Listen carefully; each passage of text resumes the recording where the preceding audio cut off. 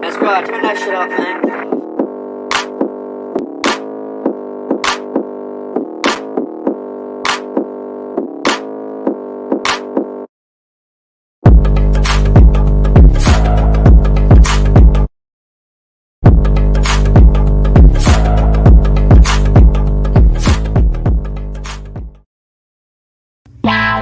Draft Dr. Phil and the smartest man. Keeping it 100. Keepin'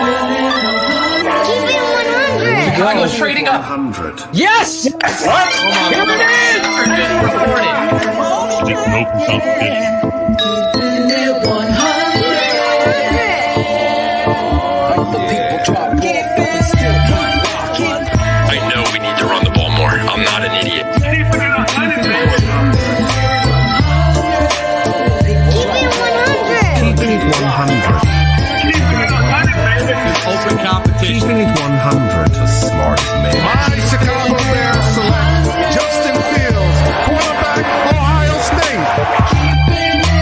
Guess who's back? The two dudes that kept it real. The dynamic duo that you love, the smartest man and Dr. Phil. Breaking down the film, never a problem, kick it straight. Most shows focus on stats, we focus on the tape. We keeping it 100, never running east or west. We coming with that truth, cause that's what our fans expect. Cut off the faking anchor, moving forward to be free. But don't you worry, Shayne's got the dumbest tweets. It ain't no secret, Phil and Shayne got some haters. But now they're mouthed up like the true and now and laters. Debaters, frauds get kicked like Coach Tabor. Cuts had to be made, we added a barber moderator. Up and down, boys got you double checking.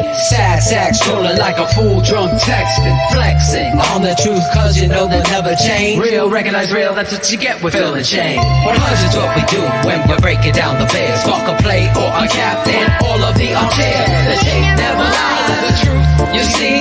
We laugh, we analyze, so there's no babies like Maybelline. Straight to the truth with acumen and facts. We got a sad nerd, but he's not just giving nerd stats. Car crash, big impact like Max Sack. Every Wednesday night you got the smartest man and Phil back. Now we know you're smiling like a fat kid with fun dip. We're back better than ever and we keeping it 100. Keeping it 100, baby. Keepin' It 100. Draft Dr. Phil and the smartest man. Keeping it 100.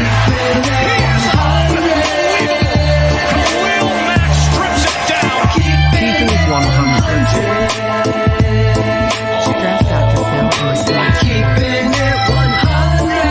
Keeping it 100, baby. Keeping it 100. Draft Dr. Phil and the smartest man. Keeping it 100, baby. Draft Dr. Keepin' It Phil. 100. Keeping it 100. Shayne, Money Man Marsaw, and the guard.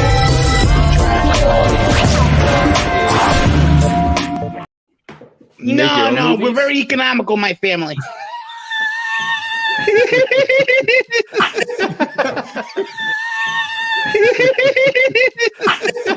The following show is for mature audiences only. Shy City Sports.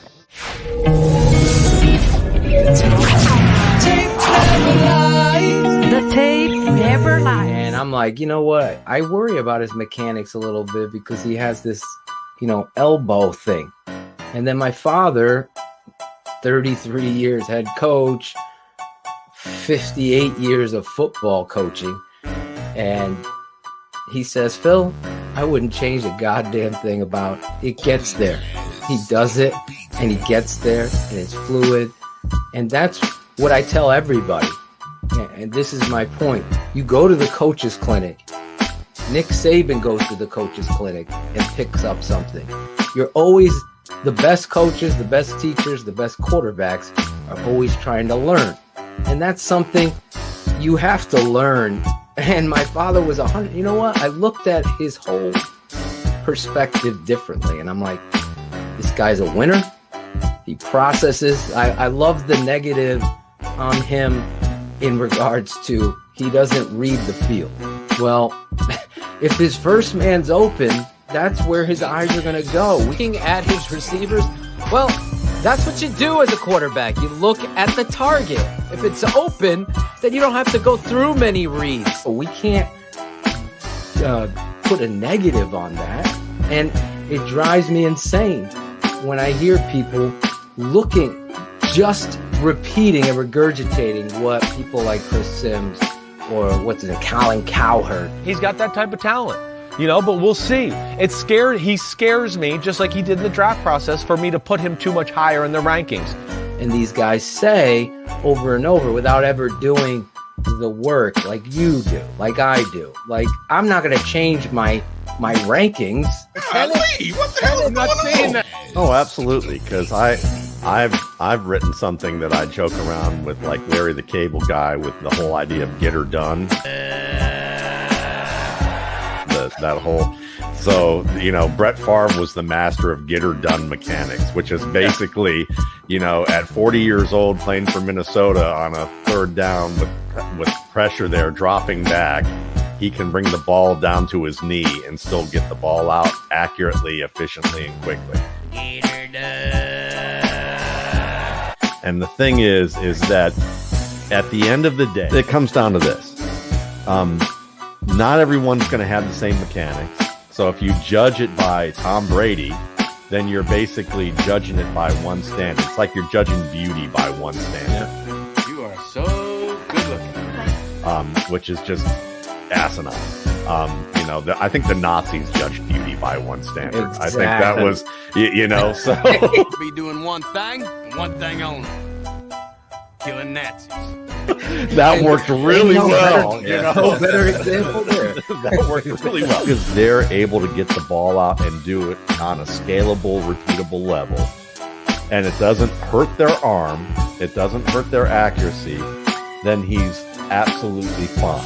Brand of intelligence, but it's basically the brand of intelligence of like the kid at the cash register who has to count change.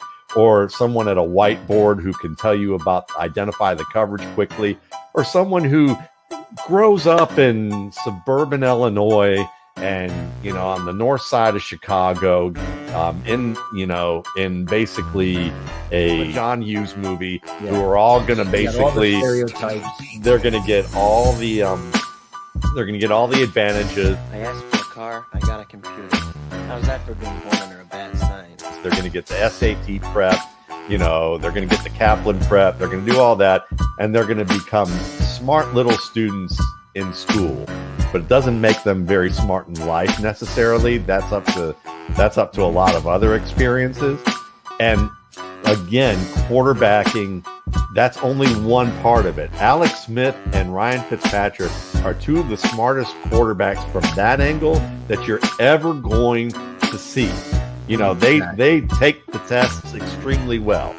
But when you ask them to get on the stage and to be quick-witted enough to identify not only the leverage that the defenders present, and identify pre-snap something that's going on to know where they're going to look first and make the adjustment, and then do it very quickly, do it at the speed of instinct in a way where it's just like lights out, hit your mark, tell the joke at the funny time, play the right notes in the right rhythm, all that kind of thing. They have to wait for confirmation. The more book smart you are, then the more neurotic you tend to become. Because you overthink. You start overthinking. No, we're very economical, my family. And you start wondering. You don't want to wonder here. You don't want to. Wait, should I? Yeah. I've always said that. I can say this on this show because I can't say it anywhere else, but it's absolutely the truth, which is, and you guys know, there are certain levels of privilege that people have. I know where Mitch Trubisky grew up. My aunt and uncle lived there. Okay. That's white privilege, Bill. And that's fine. And doesn't mean you don't work hard as a white person, but you get some advantages that black people don't always get in terms of, in terms of how you're questioned or scrutinized and things like that. Justin Fields basically has never had privilege on that level.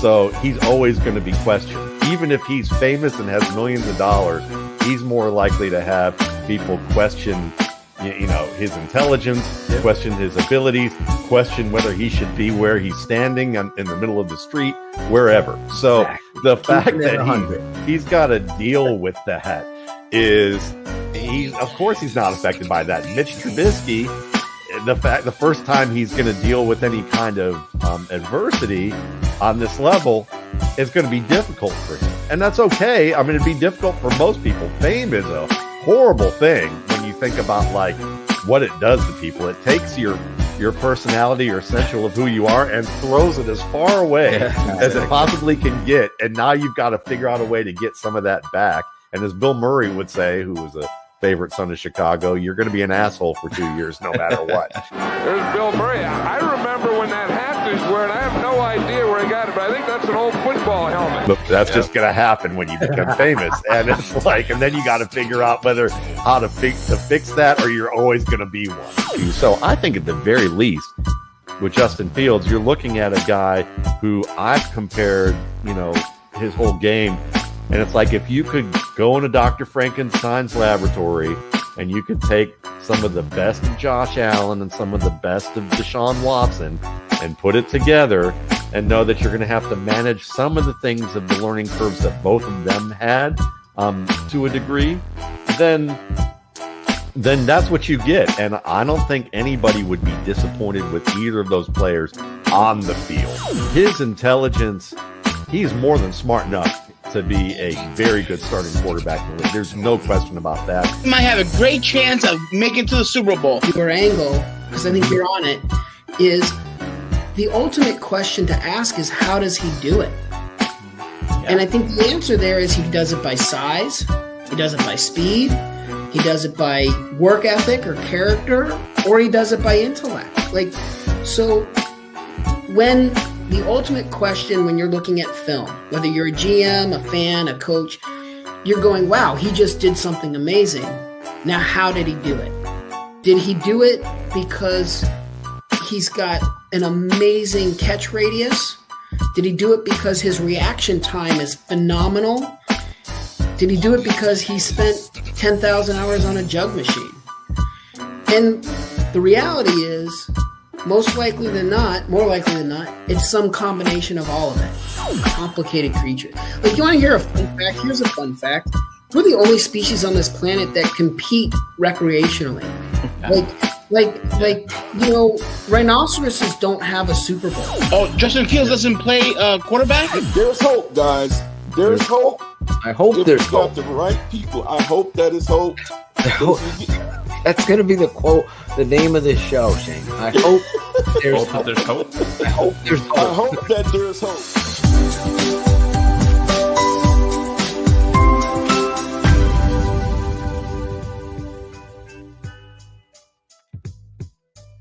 Yo, this is Claudio the Barb, and this is Shy City Sports Keeping It 100. Breaking news, Andy Dalton's QB1 and Aaron Rodgers' QB douche. All right, listen, we got another great show for you tonight. For all you Canucks out there, we got CFL coach Jeff Reinebold coming on. And you know what? Let's just get to the boys here. Let's bring them in. Here's the soon-to-be diaper-changing machine, Shayne, the smartest man, Marsaw, and draft Dr. Phil. What is up, boys? What's going on?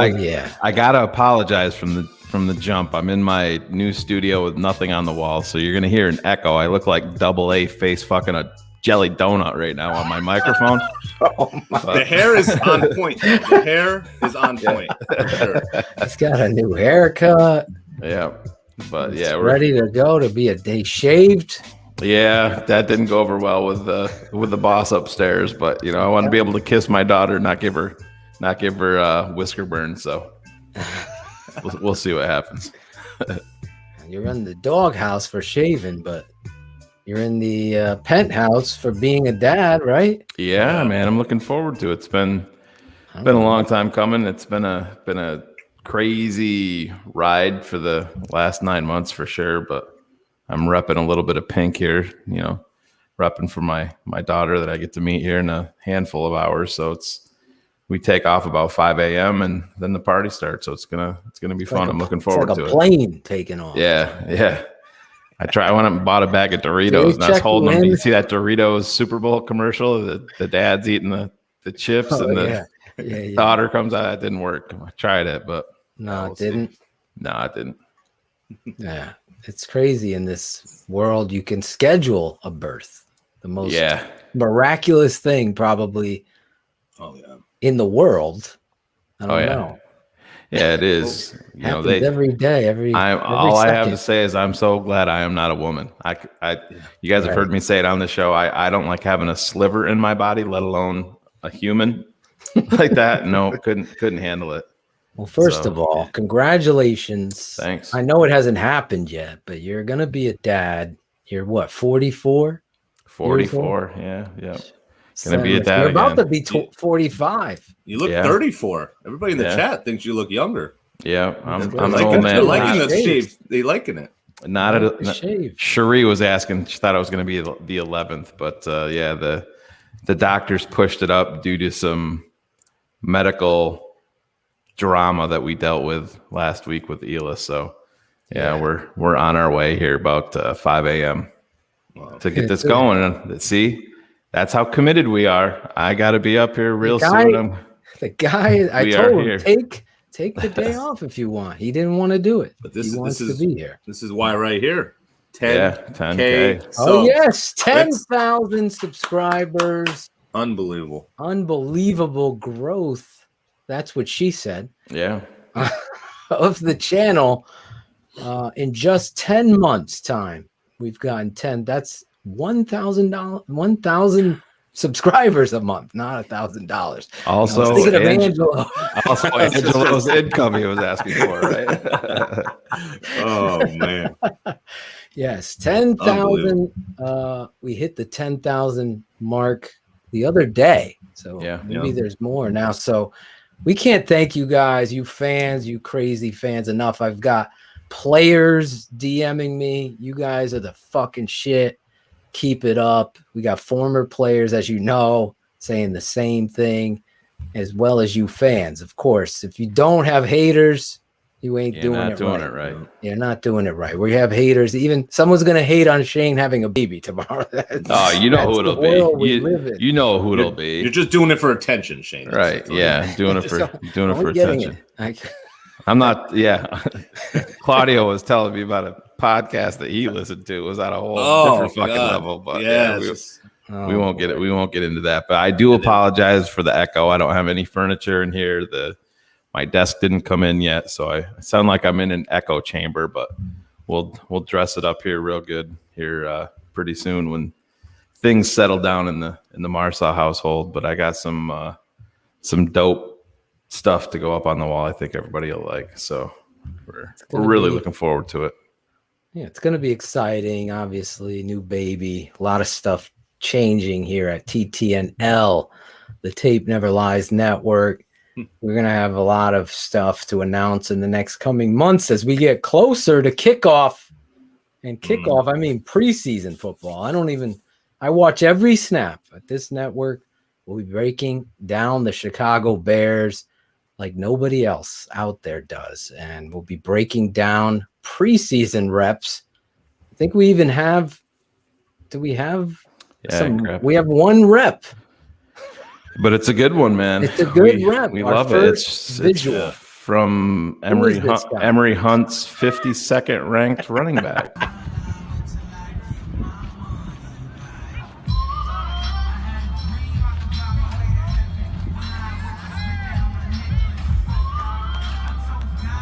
That's good to see. But Claude, you can, I don't know if you still have that up, that quote of David Montgomery talking. You can read that quote. I'll read it out. Yeah, I got it. Yeah. You got it right now. Well, I want to say that's our first glimpse of rookie quarterback Justin Fields dropping a dime, Claudio. Again. Oh, yeah. We should see that a few times. Running back. Montgomery said today about Justin Fields, quote, Justin Fields is a freakish athlete. He carries that leader mantra that you rarely see from rookies. He's great. It's good to see him. He looks great out there. That's from our boy. Friend of the 32. show. David Montgomery. He's loving him some Fields. He's loving some Fields early on. You saw him adjust to the ball. I mean, if you're questioning this guy, and I'm talking about David Montgomery's hands, as well as his ability to be a receiver, you had Rashad Whitfield, the footwork king, talking about what he could do. His coach, his former Iowa State head coach, was talking about how they had the struggle to keep him out from playing wide receiver because he was so talented out there. Hopefully, Coach Nagy understands how to use this guy this season so he could shut up some of these fucking blog boys and these haters. Yeah, it's like I said, man, I think it still comes down to a lot of people just looking at that Madden rating and looking at the speed and underselling him for that. And listen, Matt Forte was not the fastest guy, and I'll be very honest here. I'm never have been the biggest Matt Forte fan. Right. He blocked me on Twitter because of it, but whatever. I'm in a loving mood. I love everybody except you, Double A, you fucking pussy. We'll see you soon too. But anyways, you got to drop the fucking hammer, Phil. You are dropping a lot of hammers. Yeah. a lot of feistiness. Yeah. Well, we use names. We use names. We'll address it. We address people by their biggity attitudes, their ignorant attitudes. We keep it 100. Yeah, it is. We don't it is what it is. But we don't clip bite, sound drop, sound clip anybody. We try to It's called jealousy, Phil. That's what it is. Yeah. It's jealousy. There's a lot to love about this network. Obviously, it's the only time stats really matter. 10,000 subscribers. Yeah. If you're just checking in at TTNL on our YouTube channel. If you're a big fan of this show, as Ray is saying, blog boys get no fucking love. He's 100% right. I love this dude. Ray. Shout out to you, Ray.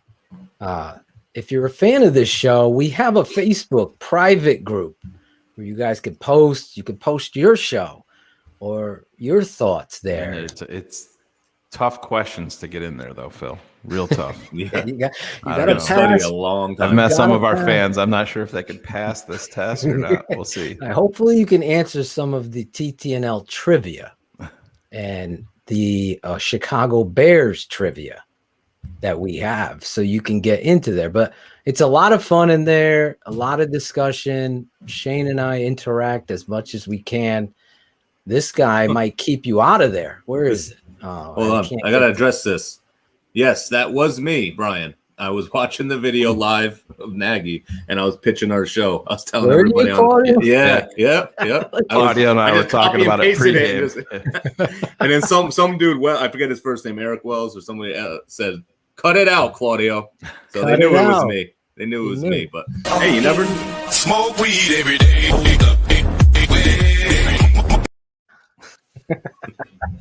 Yeah. So hey. He announced. What do you guys think about that, real quick? What do you think about him announcing and saying Dalton's QB1? Well, we're gonna obviously see the coach get into this. Now, I said to our friend of our show, Adam Rank, because he had posted, I just think as a coach, you can't say competition. It's so important, and then close it off to dictate, hey, this is our starter, and you haven't had a competition. I just think that sends the wrong message through a whole locker room, through a whole culture. It's just not the way you should run. Now, if he's doing that, I just think it's a strategy that's wrong. Honestly, as a coach, I think there's several mistakes that this organization makes, obviously, and we have been at the forefront of trying to change them. And I'll keep it 100 with you. I know they listen, so I know that we've had an impact. And as you guys, like Corey, Jacob, watching every week, you guys sharing the show and promoting it and standing up for this network really means a lot, because it's going to travel. The words are going to be traveling. So let the competition begin, coach. That's how you get the best out of Justin. That's how you get the best out of Andy. Obviously, Nick Foles is just a clipboard holder. There should be no reps for Nick. Mental reps, Nick. Put him on the virtual reality machine that you hyped up in 2017. Don't worry about anything but that. And I love to hear the fiery redhead is out there, that he's competing, Shayne, because listen, if fucking Andy goes in there and balls out, that's better. Obviously, the future is Justin, but the reality is as a coach, Andy Dalton has something to prove. He's got a story to write, his story. It might not be convenient for fucking the Bears blog because he's already written. Remember, he wrote Justin Fields as a fucking franchise killer. That story's changed. I don't hide from my motherfucking rankings ever. I saw somebody, I call him right out. I call the troll right out. I was wanting Mac Jones because that's how I rank him. Never gonna hide from, but I'm not upset about. It's like, do I want a fillet or do I want the ribeye or the T-bone? There's no wrong there. I'll take both, Coach. Exactly. It's like, come on. What are you fucking like? You're trying too hard. Don't try hard to manipulate truth. Well, I've shared my truth. I've stood here. That's the biggest discrepancy. I mean, I don't want to call myself not a fan. I obviously am, but I'm just going to refer to fans of this show and people who follow us. Is what I have found doing this for as long as I have is if you have a favorite player in the draft and it happens to be quarterback. So I'll use what you were talking about, Phil. Yeah. With Mac Jones. Mac Jones is my favorite quarterback in this draft. That doesn't mean that everybody beyond Mac Jones sucks and that Phil hates them. Exactly. It's why you rank these guys, and it's crazy. So there's a certain group of people out there that look at that and they'll say, "Oh, Phil loves Mac Jones, so that means that Trevor Lawrence sucks. That means Justin Fields sucks." It's not like that. That's why you rank players. That's why Barlissimo does his 300 and top 350 or whatever it is. Yeah. But it's the truth. I think it's crazy. You have to explain it because honestly, there could be a fake Draft Dr. Phil site and people will believe that. So that's the reality. I've been down that road. I've faced my wrongs in my life. I stand on stage when I don't have to. My wife's like, you don't have to apologize. No, when I feel I say it. There's never been a change or a shift or manipulation. Where were all those haters? Where did they all go when I said Josh Allen is the number one quarterback in that draft? Where did they all go? They were fucking killing me, right? They were killing me. Then they disappeared. Where are they now? So I've never hidden my truths of how I rank to be the number 8 player in my rankings. Right. In a 300 and something draft says a lot. It's just the reality. And then when we look back or it's like that moment my father says, I wouldn't change shit about his throwing motion. I respect my dad so much, but if I disagreed with him, we would have that conversation live right there. But he was right. And I said, you know what? You're 100% right. We didn't change Phillip Rivers. We didn't change Byron Leftwich's. You can't change these things that are always like, muscle memory. It's so hard to break that shit. So we talk about it. You rarely do. I mean, when you get to the level of the NFL, you can think that you have it fixed, but then when the line breaks down in front of you, then you revert to your old habits and what you're, like you said, muscle memory. That's what it's all about, and it is what it is. I mean, if they're worried about this with his elbow, think about where we've come from with quarterback prospects. If that's the only thing that we have to worry about is that, I'll sign up for that all day. I'm gonna say this. I broke it down, Andy Dalton. You could go over to our channel and watch it. I think it has almost 30,000 views on it. Pushed it all the way up. There's my true story about your understanding of Andy Dalton. There's my breakdown and analysis. Andy Dalton has a lot of games under his belt. So to open up a competition would be the smartest play by this head coach. 100%. Because not only do you have your young quarterback who is a competitor by choice, why would you not want him competing? I don't know. That's plus, why the other players are going to rally around Fields. They already have, man. They already have. And when he starts balling out in training camp, exactly. You can't stop the ocean from fucking hitting the beach. You just You can't. There's nothing that could do it. It's inevitable. So you open that shit up. You almost become the manipulator. Let it happen. A head coach is a it's master like dumping a manipulator. big cup of coffee, hot coffee on your belly, right? Oh, geez. My wife, true story, real quick. I know our guest is getting ready in the green room. I'm excited about this guest. But before, let me tell you this story real quick. Shayne and I are on the phone preparing for the show. As you know, the show, we keep it 100. We talk, we have fun, we laugh, we swear. We tell our personal stories. So this morning, Shayne, we're talking about the baby coming tomorrow, and my wife's calling in. Now, I think something's important. I pick up the phone and I add Shayne in automatically. My wife, Steph, is automatically in a rant.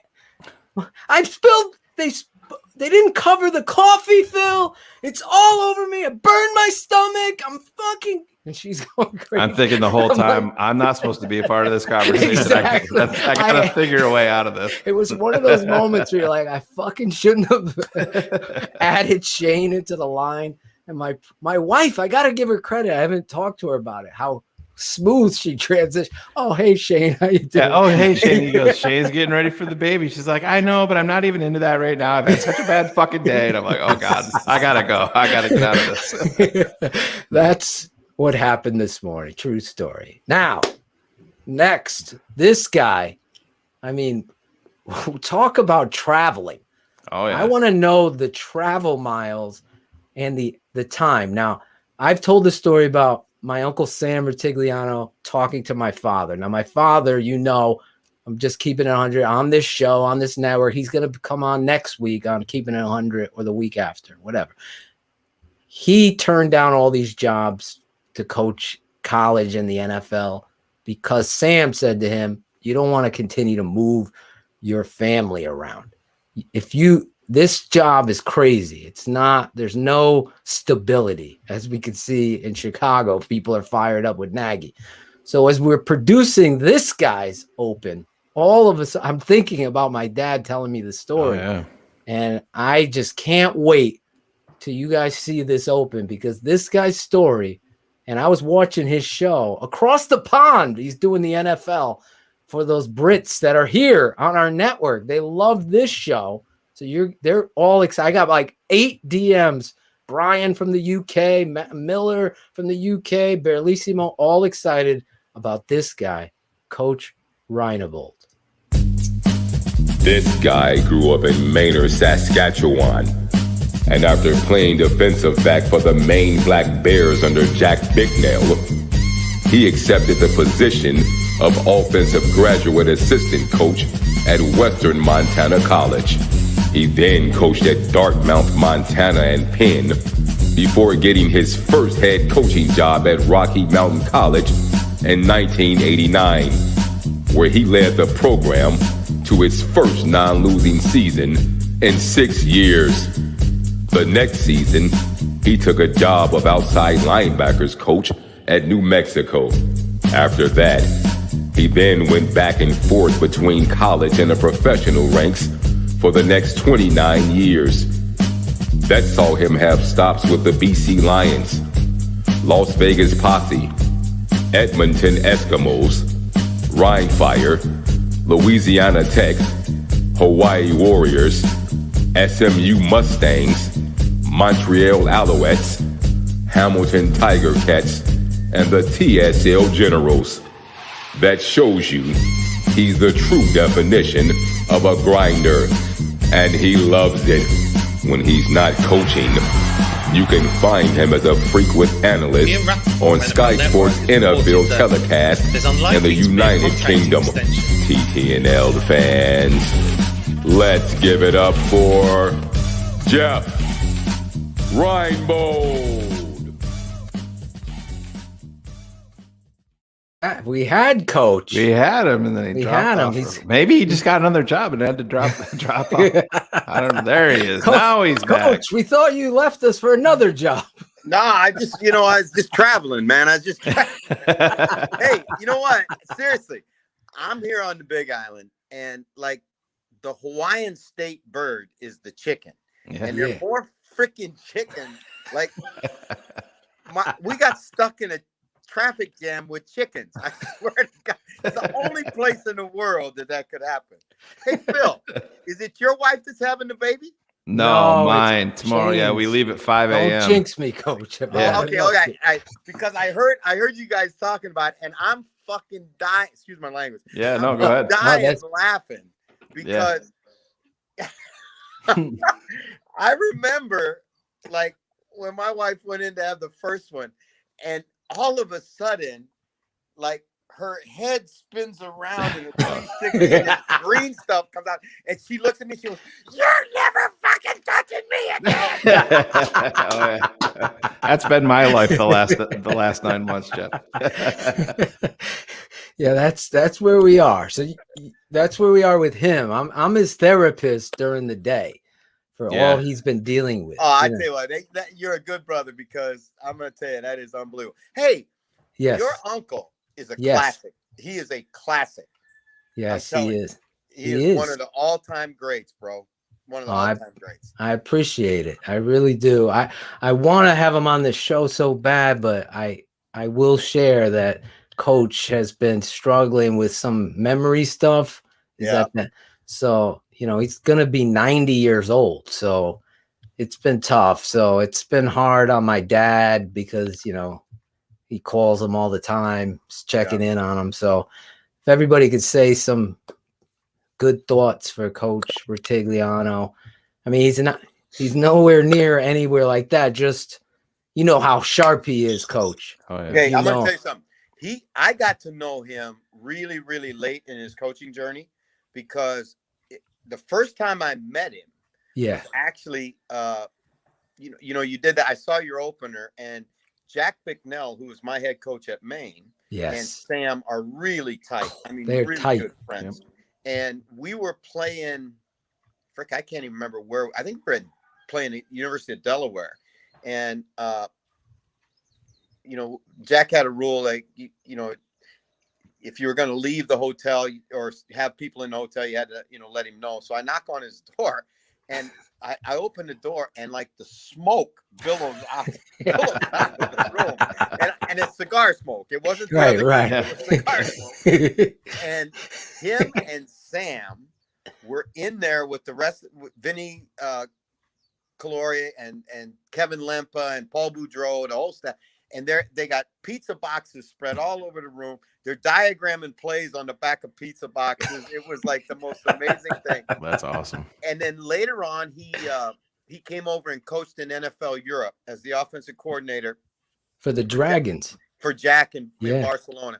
And I worked a couple of international player development things with Sam. And man, I'll tell you what, to sit and listen to him tell stories, and he is truly a treasure, a treasure of this game. I appreciate it. I'm going to share this with my father so we could share it with Sam too, about it. I didn't know that this is the world. It's crazy. Technology bringing people together. It's like 3 degree, or what is it? 6 degrees of separation. The whole Kevin Bacon thing, man. But you know what? I think it's like 3 degrees of separation with Sam Rutigliano, because I run into guys all the time that have been coached by Sam, that have played for Sam, whatever, right? Yeah. And everybody talks about what an incredible guy. Not just a great football coach, but more important, Phil, what a great human being. I thank you. I can't agree more. The things just sitting down, hearing the stories, I share a lot of that stuff here, obviously, with our crazy maniacal listeners and fans of this show.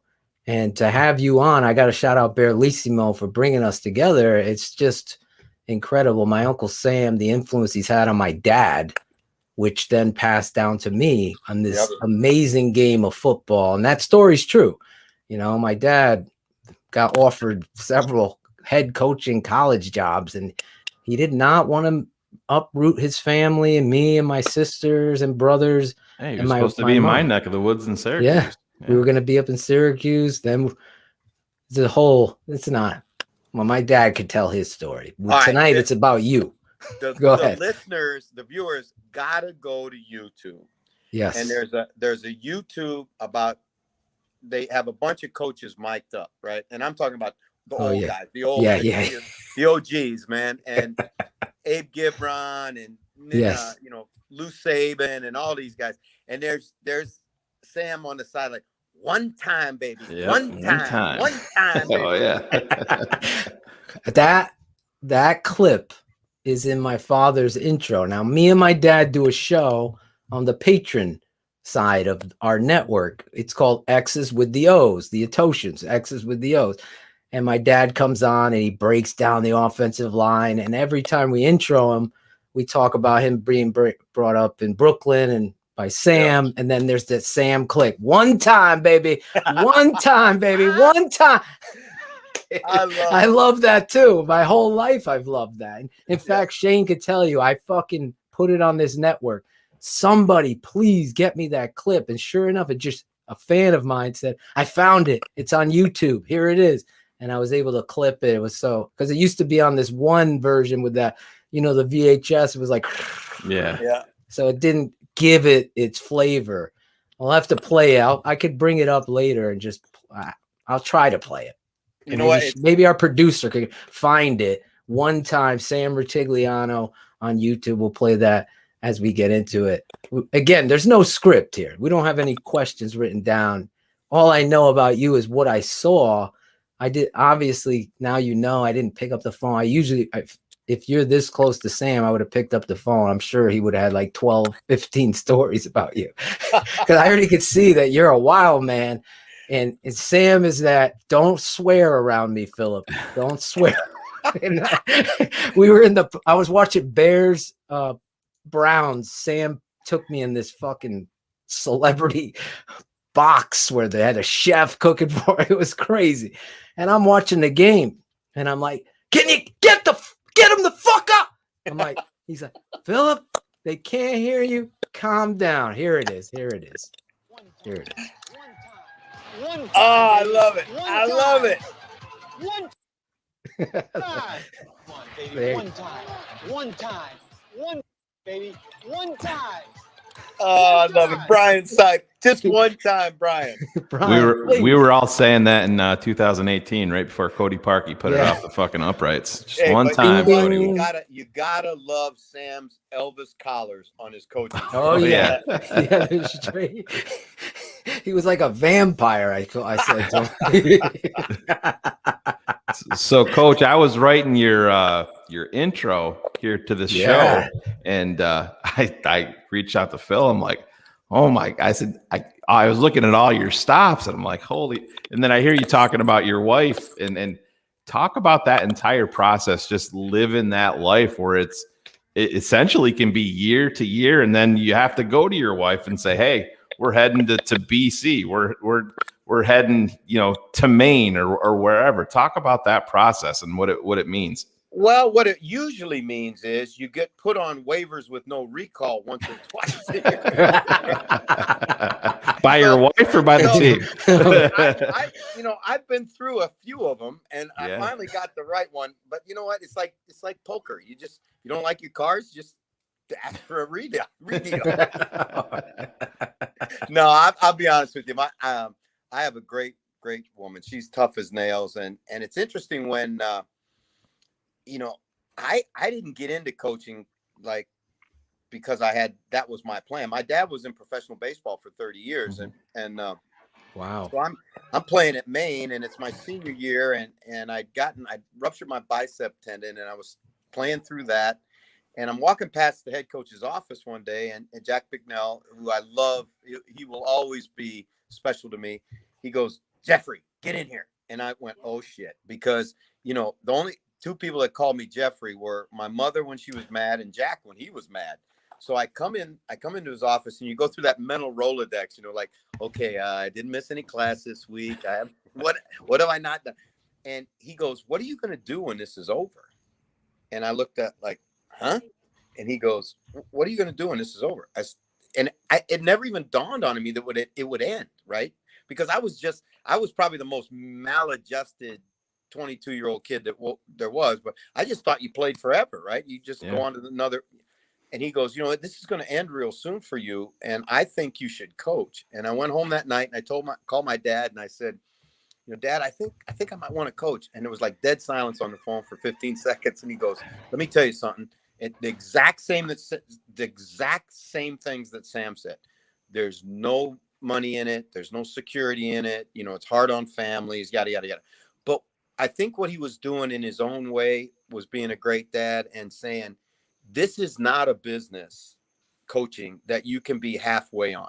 You can't be a ham and egger. You can't be, if you're gonna be in it, you got to be in it all the way. And he was, I think, just kind of testing me to see if it was really something I wanted to do, because, I watched, I went through that. I lived through that as a kid, going dugout to dugout, and, Coos Bay, Oregon to Bradenton, Florida to, South Bend, Indiana, and all the stops in between. So, but I tell you what, man, this is the best freaking business in the world. I swear to God, it's the best business in the world. Yeah, you got to love the game of football to make all those stops, Coach, from SMU to the Canadian Football League. Talk about that for me real quick. When you transition, is there a big shift from coaching Canadian to American football? People ask me a lot about my career and how it unfolded and all this stuff. And, they like I had some, plan, but really, I tell everybody, Mao Zedong had a 5-year plan. I couldn't think 5 weeks ahead of myself. Like, well, I don't know what I'm doing. I mean, so it was just a situation where Paul Boudreau, who had been the offensive line coach at Maine, yes, and then went to Boston College with Jack, and then went from there, I think, to Navy, and then from Navy to the Edmonton Eskimos of the Canadian Football League.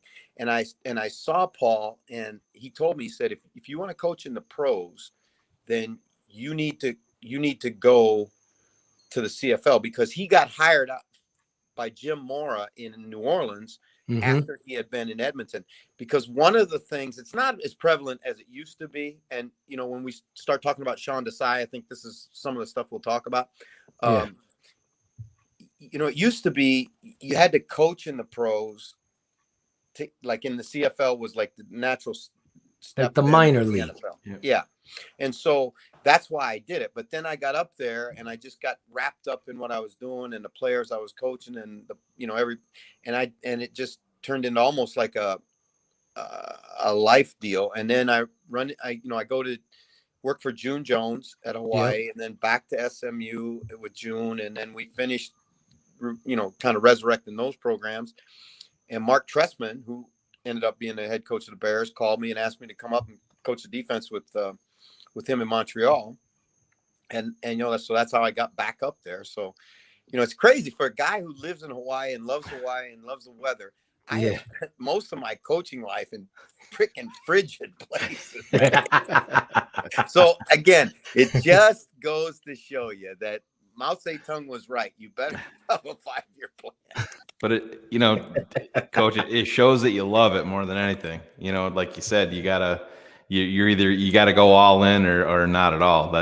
I said to Phil when I was writing up your intro, I'm like, man, you can't question this dude's love for football, because I said you look at that. I was like, oh man, it's so impressive though.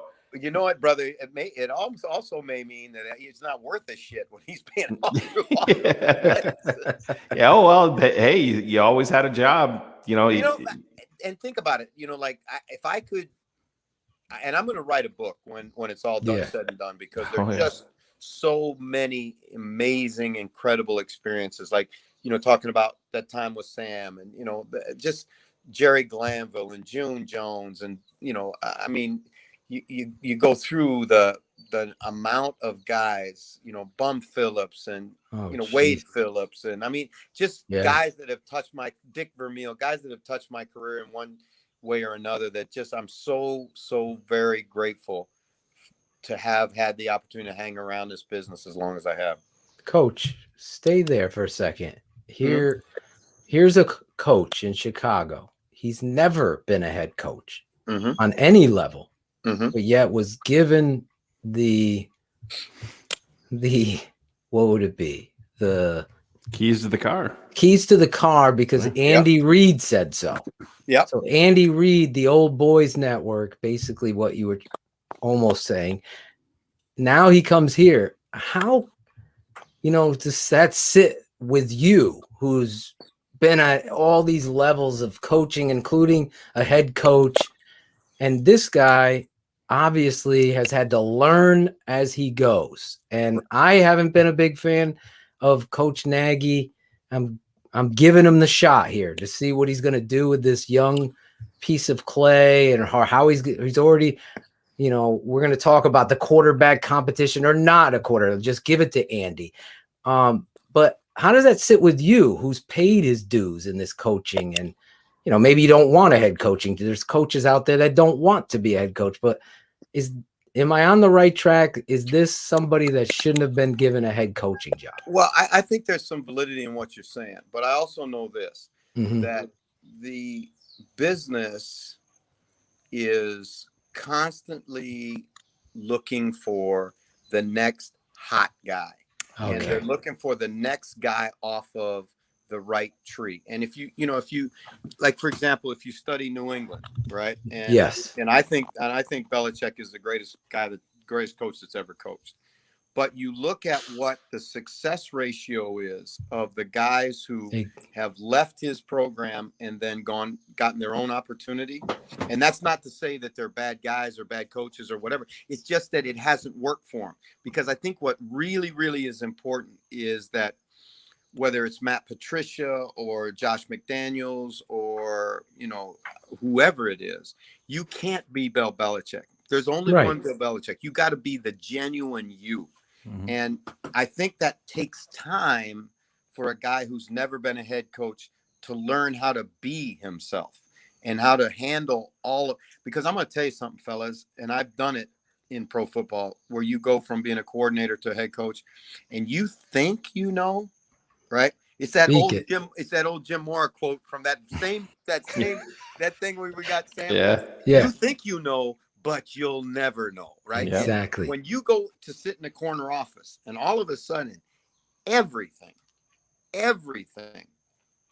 the buck stops here, right? And it's the enormity of the job is so great. And what's wrong now, what in my opinion is the challenge now, is that these young guys who are smart and, good football guy, all of that stuff, good communicators, all of it, they got all, but they don't have the chops yet.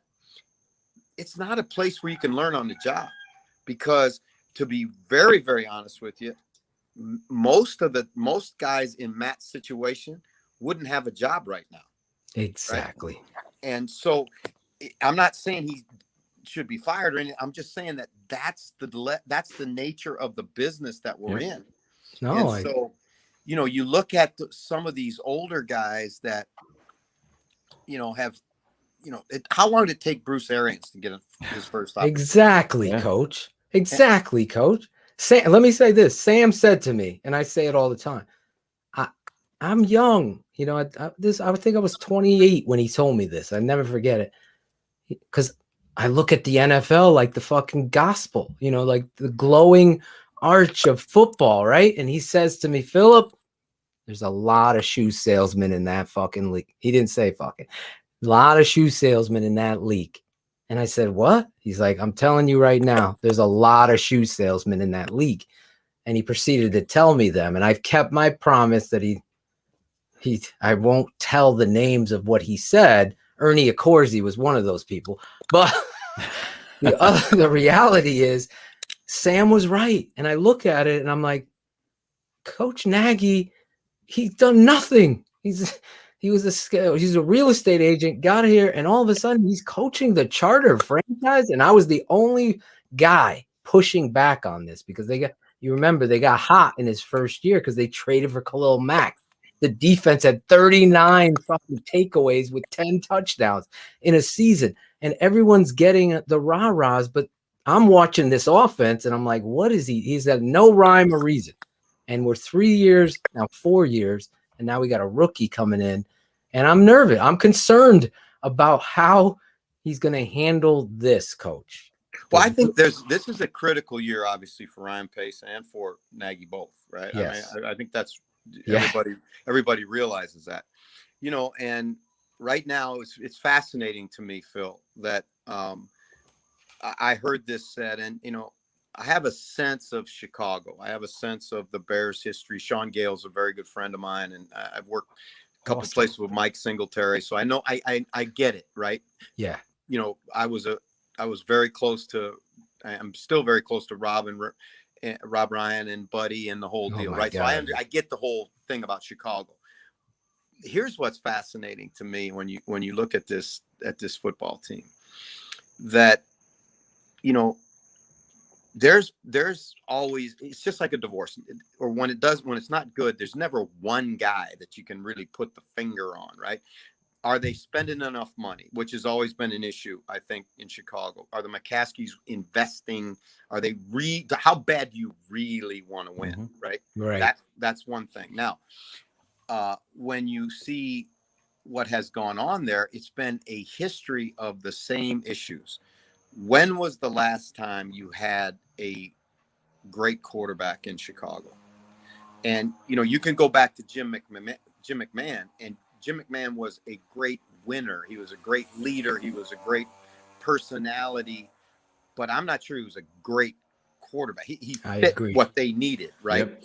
I agree. And since that time, they've been in the wilderness with quarterbacks. And Mark got that job because he was the one that was going to fix Jay Cutler, right? Right. Well, how many head coaches has Jay Cutler fired? Right. I mean, that's just the reality of that guy, right? Yeah. Yeah. And so they've constantly been on the lookout for this next, you know, quarterback whisperer. And so Nagy, because he's off of Andy's tree, and it's an offensive system, and he spent time developing Patrick Mahomes. You cannot deny that. Those are all true facts. But then you go from being, you know, you may have the title of offensive coordinator, but the offensive coordinator, let's make no mistake about it, in Kansas City is exactly, Andy Coach. 100%. And then you jump into this situation where you're in the corner office, like you said, and then you draft a guy who's a 1-year starter at North Carolina, right? A 1-year starter. Well, to be fair, Pace drafted him with Fox, but Nagy signed on for the job. And I always say that.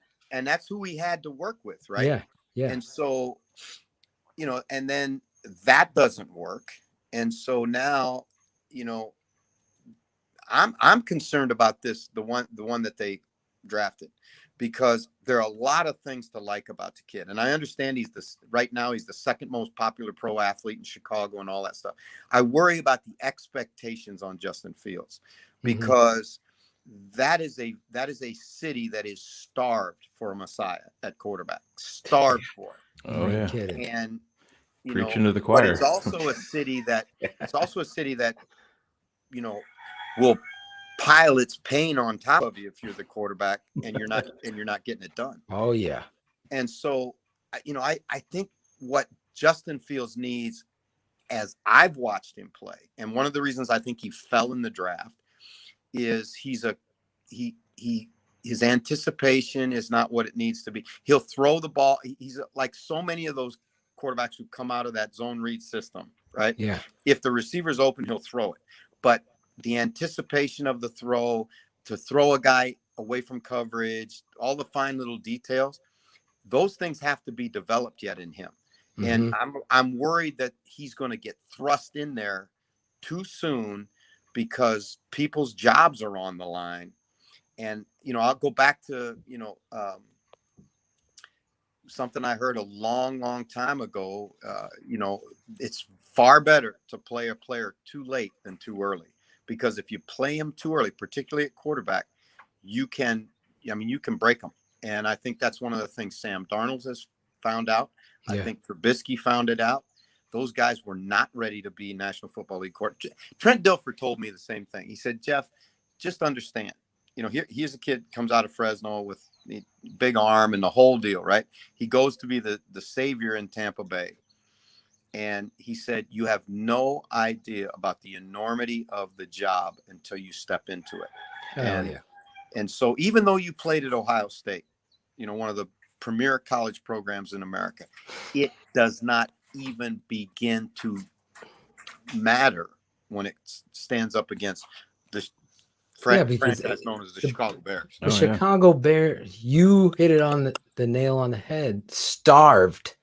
That is the key word. Starved for quarterback talent. The city is starved for a winner. It's a football fucking town beyond anything. Cubs could win the World Series and Bears are in the playoffs. The ratings will go to the Bears 100 out of 100. It's not even a question for me. No question. See, I have a very close friend who had 2 tours of duty in that franchise and as an offensive line coach. And the first one went really well. We know who this is. And the second one didn't go well at all. Probably the best offensive line coach considered in the country. So I know what Harry experienced in Chicago.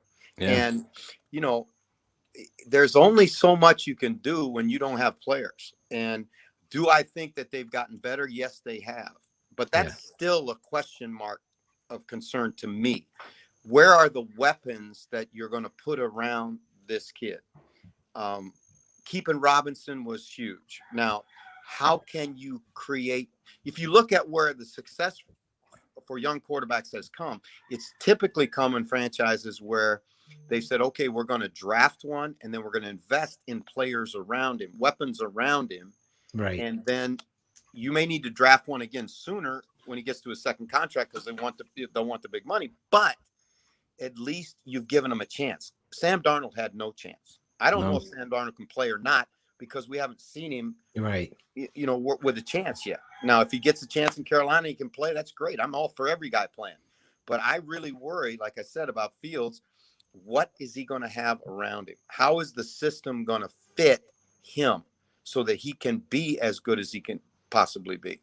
And Mitch never, it just didn't seem like he never seemed comfortable in the offense. There was nothing. I don't think Mitch was comfortable being the guy, especially in Chicago, because Phil and I, have been doing this for a long time, and Mitch would a lot of times get up in these pressers and he looked scared. There's, no other way to put about it. And Coach, you've been everywhere, and you get a guy up there, like you just said, Chicago is a different fucking beast. Bro, let me tell you something about playing quarterback. There's an old saying, if you're going to lead the cavalry, you better look good on the horse. Right? Yeah. And what I'm talking about is not physically, you got to be handsome. What I'm talking about is when you stand up in front of somebody, in front of a room of people, you better have command. Yeah. And if you don't have command, I'm going to tell you something. The media today this ain't the old days. This ain't the 60s where they'll, look past things. They will rip you to shreds. And that's part of knowing who you've got when you draft a kid.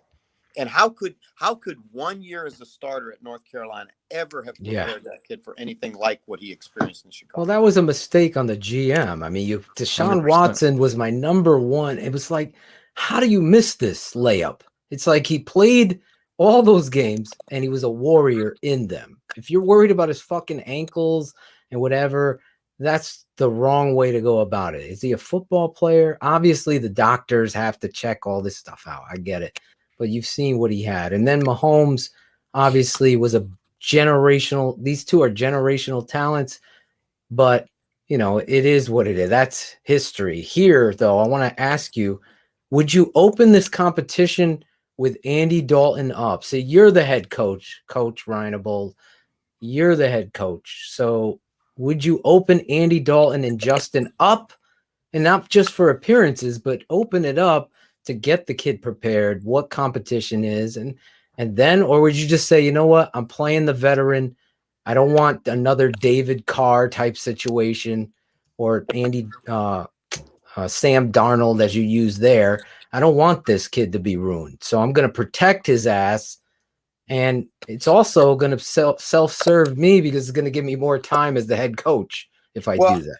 It depends, because again, we can never know what goes on inside of Hallis Hall, right? Right. What the message is from those above them. Because if the McCaskies are saying, hey, listen, we drafted this kid. Oh my God. Yeah.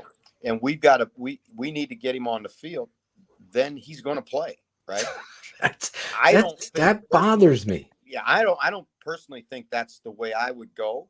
Right. But, again, there's so much involved in this that the fans really, and shows like this, guys like you guys who really get it, that really kind of peel back the layers on all of these kinds of issues, because, what would be the safe pick? It'd be to go with Andy, because he's been there, done that.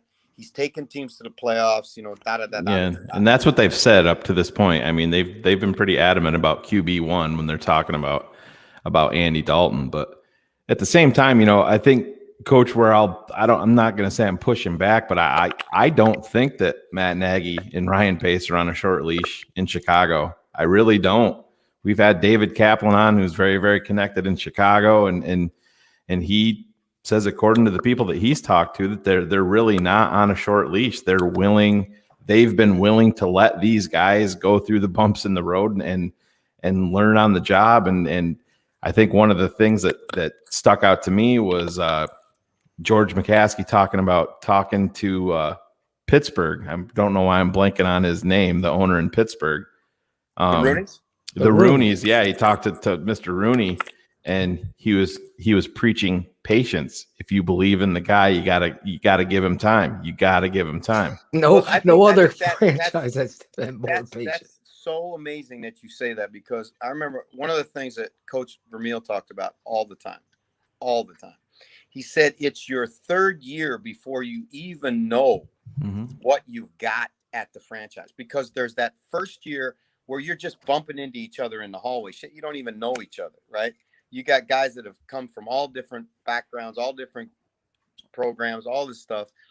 And it takes time. And, you got to find out. You don't know a player until you coach a player. You don't know a player until you get into the 2-minute drill at the end of the game and you got to make a play. Yeah. That's when you find out who you got, about coaches, about players, about front office people, about all this. Because when the bullets fly, then the true character gets revealed, because anybody can bullshit you in a job interview, right? Oh, yeah. But it's what guys are going to be there when it really, really is nasty and dirty and tough. And typically Rob Ryan and I laughed about this when he was in Washington that one year, and like all of a sudden the doors start shutting, right? All the coaches' office doors are shut, and there's all those little whispers. Conversations going on. And as soon as that happens in your organization, you might as well stick a fork in you, because you're done. You're done. And, so I don't know what the insides of Hallis Hall are, but I hope for every coach that they've got people around him that, that understand it's what's best for the team. Right. And, it's especially when you're dealing with young guys who are climbers, who want to get the next job, who want to, I'm going to tell you something. I've watched it up close and personal for 30 years. And the backstabbing and, backdoor politics and all of it is just, it's disgusting. It's the greatest business in the world, but it's got some of the worst shit in it in the world too. Yeah.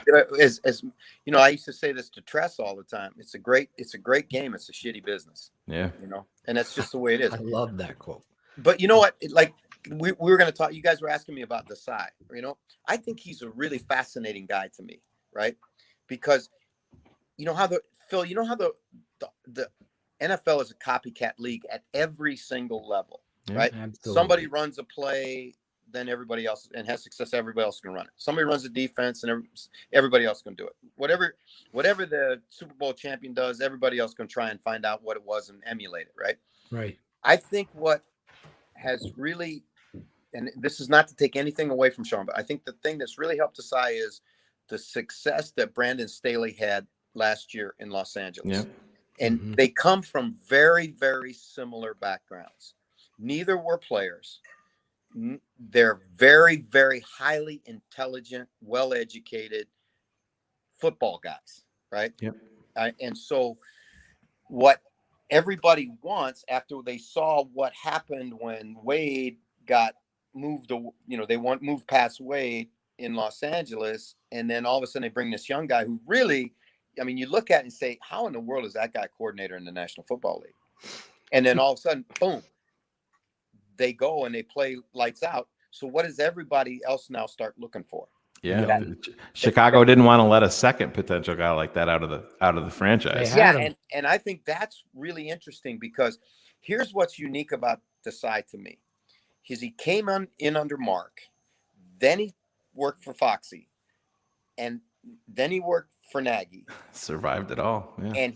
And again, everything that I've heard about the guy is he didn't survive it because he was a chameleon. He survived it because he was good. Yep. That to me is the biggest thing. Because let me tell you something, guys. I just firmly believe this. And it's interesting. I heard Acho's comments about it. I was just going to bring that up, Coach. I'm so glad you brought that up. Yeah. When he was a quality control guy, and they are the bottom of the totem pole guys. I mean, bottom of the totem pole donut guys. But I think what the players saw was that he was tied so tightly to Vic because Vic trusted him, and Vic knew that he was going to bring him good information. And the same thing's true with Staley. How can you say you're going to look at that guy who's coached 3 years in the National Football League, replacing a guy who's been a legend as a defensive coordinator in the National Football League, and then all of a sudden Jalen Ramsey and Aaron Donald and Floyd and all of those guys gravitate to him. Well, what do they gravitate to? They gravitate to information that's going to help them be better players, right? And so that's what I think he can bring to that defense in Chicago, because you've got pieces now, especially in the front seven. Yeah. What I saw with Chuck was, and this was shocking to me, was that Chuck, who comes from that Baltimore school of junk, what we call in the business junk defense, right? Where you're all over the place. Exactly. Well, all of a sudden they are like, I'm looking at, you got one of the premier pass rushers in the National Football League. Dropping him in coverage. And I'm like going, what? Now you got Robert Quinn and you got Hicks and you can create situations where, pressure on an offense comes in two forms. It comes in physical pressure. And the other one is the mental pressure that you put on the opponent. Yeah. Where is Khalil Mack, right? Where is Quinn? Where is Hicks? Because you can't double them all, and you can't shove the protection to all of them, right? Exactly. So those guys are unique set pieces that the Bears have to use. And I personally hope, that they will expand on what they're doing with those guys, and like take Quinn and Mac and put them on the same side. What do you do with that? Right? It didn't happen one time, Coach. I looked at, I break down the film. The tape never lies, like the network. I do my breakdowns, and I watched every single play. Not one time were those two lined up on the same side. In fact, we were looking at this young kid on our patron side again, Snowden, and I'm looking at this kid, and I'm like, imagine you put him as a strong safety at 6'7", 200-some pounds off of Khalil Mack. Now all of a sudden you're doing what you said. You're giving them problems. I think Coach froze for a second. Well, think about it, and I'll tell you a story. When Mark was the head coach in Chicago, Rob called me. Rob Ryan was with the Saints at the time. And he called me and he said, "Tell me about Trestman," because I worked for Mark, right? And I said, because Rob is a very good friend of mine. I said, "I'll tell you what. One thing he does not like is when you take both outside backers and you put them on the same side, because it locks his protection and it forces slide the protection that way, because they're not going to put a back on Khalil Mack or Robert Quinn. They're just not going to do it, right? Well, when you do that, then you bring pressure off the other side, and the back's got two he can't pick up, right? So they had 7 sacks that day in Soldier Field. 7, right? And Rob called me after the game and said, "I'm going to give you the game." Boss said, I don't want the game ball. I'm just glad you won the game, right? But that's what's available to you when you have guys like the Bears got. Coach, you're freezing up. Do you want to like bounce back and bounce back in? I don't know if that'll help. Yeah, it seems like we got a bad connection. We got a bad connection all of a sudden because we can hear it echo back and it's like freezing on your end. Can you give me 1 minute? I'll get it. Yeah, you come right Go back ahead. in. We'll cover for you. I'll play outside of Shayne and we'll. Hold on. Let me, Yep, absolutely. No problem. There's Coach. There's Coach. I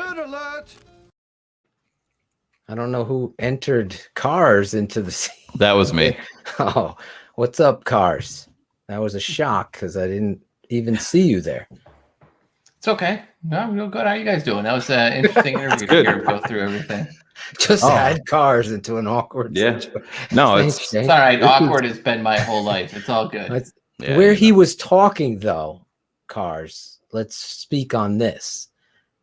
It's something this network, you included, have questioned on the defensive side of the ball, especially when you've put an emphasis on these signings and the defensive money. You're talking about the cap, and you're not taking advantage of those pre-snap looks that are going to threaten Aaron Rodgers, putting Khalil Mack and Robert Quinn on the same side and Akeem Hicks, and then put Roy Robertson Harris on the edge on the other side and threaten these guys. Yeah, there's been balls. zero creativity. I mean, we've been Oh, talking it's about been it for scared activity is what Yeah, it's been, I right? totally Like agree. it is I want to play as conservative as I can so that we don't make a huge mistake. And it's, But when doesn't you it play not to make mistakes, you make mistakes, right? Doesn't it feel like to you guys though, and I mean this is what I was going to bring up with Coach, is Chuck Pagano, when he got here, one of the reasons why I was excited was because of the aggressive nature that That's what he was saying. known for. Yeah, that's what I'm saying. And then he That just mixed you remember that junk I never heard junk. I feel like I say it every week. It's we got these horses and we're going to be getting them. We're going to get them to go that way. And then, but no, in typical Chicago Bears fashion, it was like we're going to put that out there, and then we're going to pull the fucking okey doke. And we're going to it's draft just Kyle we didn't pay Long, enough the attention to left Indy. tackle, put him at guard. We're going to it's Roy Robertson Harris, clearly At an nose edge tackle guy. is a Let's put perfect him at place. nose. Yeah. Let's put him at 5.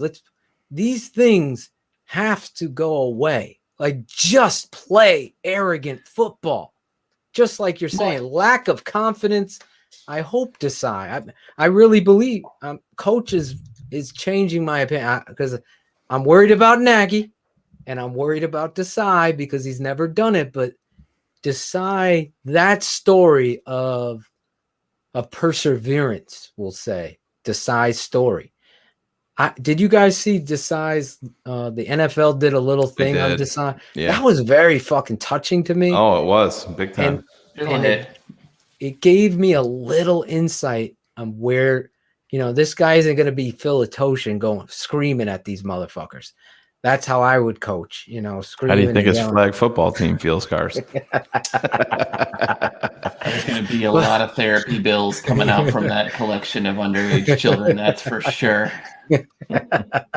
Hey, no, but I already think you got a warned good the point. fans. I already warned them. Go ahead. I think you got a good point because, the thing that I double back onto what Coach said is he's going to provide information, right? Like, we're not going to be in this game where you're going to sacrifice Eddie Jackson so that you start giving Clinton, some better safety looks. Oh my God. Could you imagine? That was opening night and they took Eddie Jackson off the field to give Dix or someone. Was it Deion Bush? It was Deion Bush. Deion Bush. And Aaron Rodgers finds it and fucking delivers in a 10. Yeah, that was the first touchdown. That was the only touchdown of that the was game, the only drive they had. Yeah, Deion was lost. Yep. And I mean, it's the little things. Like, it's funny to watch this kind of overall NFL change where we saw it happen in baseball, right? Where guys are like watching their swings on iPads and then going back and seeing what they're missing. Now, from an athletic profile, so many of these guys are similar. So many of these guys are really good. What they need is constant information and who is going to view the game kind of in their eyes. I think the defensive backs are going to be at a huge advantage. But I think, Phil, to your point, like part of it is meatball in me. But I always remember those 85 Bears. Like you would see plays where Wilbur Marshall was lined up on the line next to Richard Dent, right? And you're like, good luck. Here you go. And then we're going to move Dan Hampton in from end. We're going to put him at defensive tackle. We're going to stack one side of the line, and you're going to have three guys that can't go one-on-one with any of these guys, and there's three guys they have to go one-on-one with. There are some things in football that have never changed that we never take advantage of. We never. Let me tell you a quick story just on this point. I had an arrogant fucking coach. I'm not going to say his name. I was coaching freshman football. Okay. I was the head coach of this freshman football team. Claudio was on it. I don't know if it was his team because I was 2 years on freshman head coach. And the varsity defensive coordinator, I'm not going to say his name, I said, listen, you guys need to start blocking this counter play with a fold block on the backside because we were running inverted bone like Army and, Air Force and the service academies do because we didn't have a stud tailback. So I told, hard to find. It's gonna work. It's gonna work. No, I go, I bet you this. My freshman will fucking score on your varsity defense. And he goes, oh, blowing me off. So I doubled down in front of everybody, including his varsity defense. My freshman will score on your team. So he was dodging it, right? I set it up. I challenged my dad's team. My dad loved it secretly, but played that role, We lined up. I folded the backside. My kids right through. Goodbye. Touchdown. I'm fucking dancing like Deion Sanders with the thing like this. Yeah. I go, there they go. This is freshmen beating up your varsity. So change the fucking thing. Don't tell me. There's things that you do in football that just transcend football. It's like, it doesn't have to be, oh, we're scared. No. Overset. Put the fucking, I don't give a fuck. Who's your, remember Nick Kwiatkowski? The guy could fucking blitz his ass off. You put him in there and you do it. Stop it. Yeah. Stop it. Do it until they stop it. Do it till they stop it. How many times have we been screaming for them to deploy Roquan Smith that way? You see them blitz Roquan Smith, he gets a fucking sack. Or a tackle for a loss. I mean, it is, there's a reason he had 18 of those last year, right? I don't give a shit. Bill, you put people where they're going to matter. The Chicago Bears have plenty of talent now. He just mentioned them. Robert Quinn, Akeem Hicks, Khalil Mack. You can't say the Bears don't have talent. Mario Edwards, Bilal Nichols. Watch Bilal Nichols. I'm going to do a whole thing on Bilal Nichols. You want to see fucking upcoming talent? Watch this dude. Stay healthy. Sick this year because he's going to get some 5 technique kind of tell looks. Tell him Nas. You tell me, is it Nas or Nas? Before Coach gets back on here, one thing I want to bring up with you guys, one thing that concerns me is Eddie Goldman not being there right now. I mean, I understand he's a veteran. The whole defense isn't there. There's only one guy, Roquan. Even Eddie's always been the one who never shows up in shape, who's always getting cramps the first early days. Of all people, though, I mean, he opted out, COVID concerns, all of that. It's just that does not sit well with me. That I don't care if it's voluntary or involuntary at this point. To me, Eddie Goldman's ass should have been there. It doesn't make it to me.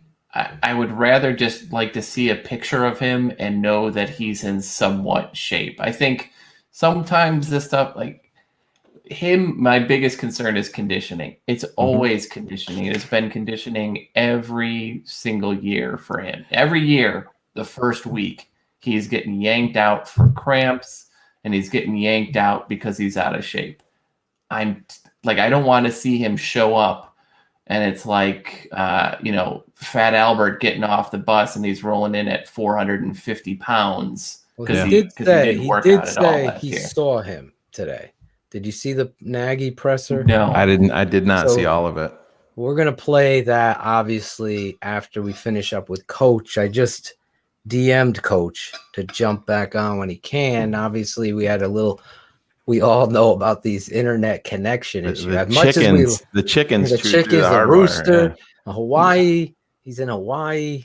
I want to know, is he in a back like pool house? There's a fucking hammock there hanging. I thought that's just It's Hawaii. Who doesn't have a hammock? That's probably his bedroom. You both were in unison. That's just Hawaii. Yeah. I've never been to Hawaii. Have you, Cars? No. I've seen many pictures, but no. I really thought you were I'm going to not say fancy yes. enough. Yeah, right. Our boy is in Hawaii now. Shout out to our boy Olin Kreutz in Hawaii. I thought you were talking about Angelo. No, Angelo is working at the mall tonight. Trying to be a nose tackle. He wishes he was born in Tonga so he could be a nose tackle. Tonga signed today. Bears signed 5 draft picks today. Someone had said something in the chat. He's another person I think that will take some of the pressure off of Bilal to play inside and get him more pass rushing looks. So he's someone I am all meatball in on game day. Like that. That's a guy. If you like Tonga, you gotta get over. Become a patron. www.thetapeneverlies.com. My father, Shayne, our guy Berlissimo, and myself all broke down Kairos Tonga. And my father was so excited about Kairos Tonga and his opportunity of what he can do to what Cars is speaking. He's not just a nose guard. What he's able to do is going to be exciting. So it's going to be exciting to see how he step up in competition, because obviously the next level, and I really feel like Juan is going to have them fired the fuck up this offensive line. There's an attitude adjustment. I'm getting a text. I don't know if it's real yet, but one of our buddies from the old message board is telling me through his friend at a picnic, Moses has decided between the Jets and the Bears, and it looks like it's going to be the Bears. That's the offensive. Is that Linda S., the old secretary there? Anyway, no, it is. I joke about it too, but do you have to wonder? We've got a lot of young bucks on that offensive line, some of who are pretty aggressive. Like, you think those older defensive linemen are kind of like, I'm not ready to go. I don't want to go get physical and get beaten up and roughed up by these young kids. We'll get into it when it's time, but there's a time and place for it, and I want a couple extra days off. No, I get it. I'm not worried about Khalil Mack. I'm not worried. Even Eddie. I think it says a lot. I mean, Roquan was smart to show up. He wants some new paper. I mean, I think that is going to go quite a ways. But the thing with Eddie that rubs me the wrong. And there's not a bigger Eddie Goldman fan than me. If the whole defense called each other and like, we're not going, you're going to blame Eddie for not going? No, it's just more that he's never showed up. Like he opted out. He opted out for But he is probably or arguably the best nose tackle, even though he's never been in shape. Cars. I'm just playing devil's advocate. But no, to your point, he skipped out. It's not that I think he needs to show up. It's for my own selfish comfort level that I want to know that he's not 450 pounds right now. Right? Exactly. Like, this is a guy who shows up every year at Nagy, 360, 370. Nagy has assured us that he saw him and he looks great.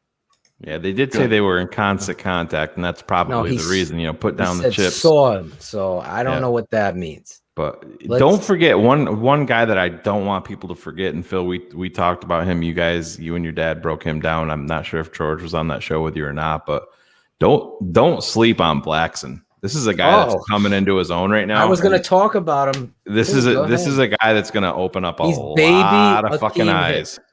Yep, he's going to open up a lot of eyes. Physicality to that defensive line. Like there is. Quinn is your finesse guy, which is crazy, right? Because he was such a good wrestler, and it's not to say that he's not physical, but you look at the rotation, whether it's Edwards, Hicks, all these guys. These are guys that are just going to out physically. Mario Edwards. Obviously, he has a suspension. Jared, this is the thing what we're talking about. That is Eddie. That's been his history. It has been Eddie his whole every year. Go back and read every year. The first week of camp, he has been pulled out for extra conditioning and dehydrated. That's always been him. He's to Phil's point. Come week one, guy's in shape and probably the best nose tackle in football. But early on, it has been a mess for him. I'm going to be interested in seeing Eddie Goldman. Really quick, going back to Angelo Blackson. Shayne's right on our Tape Never Lies network.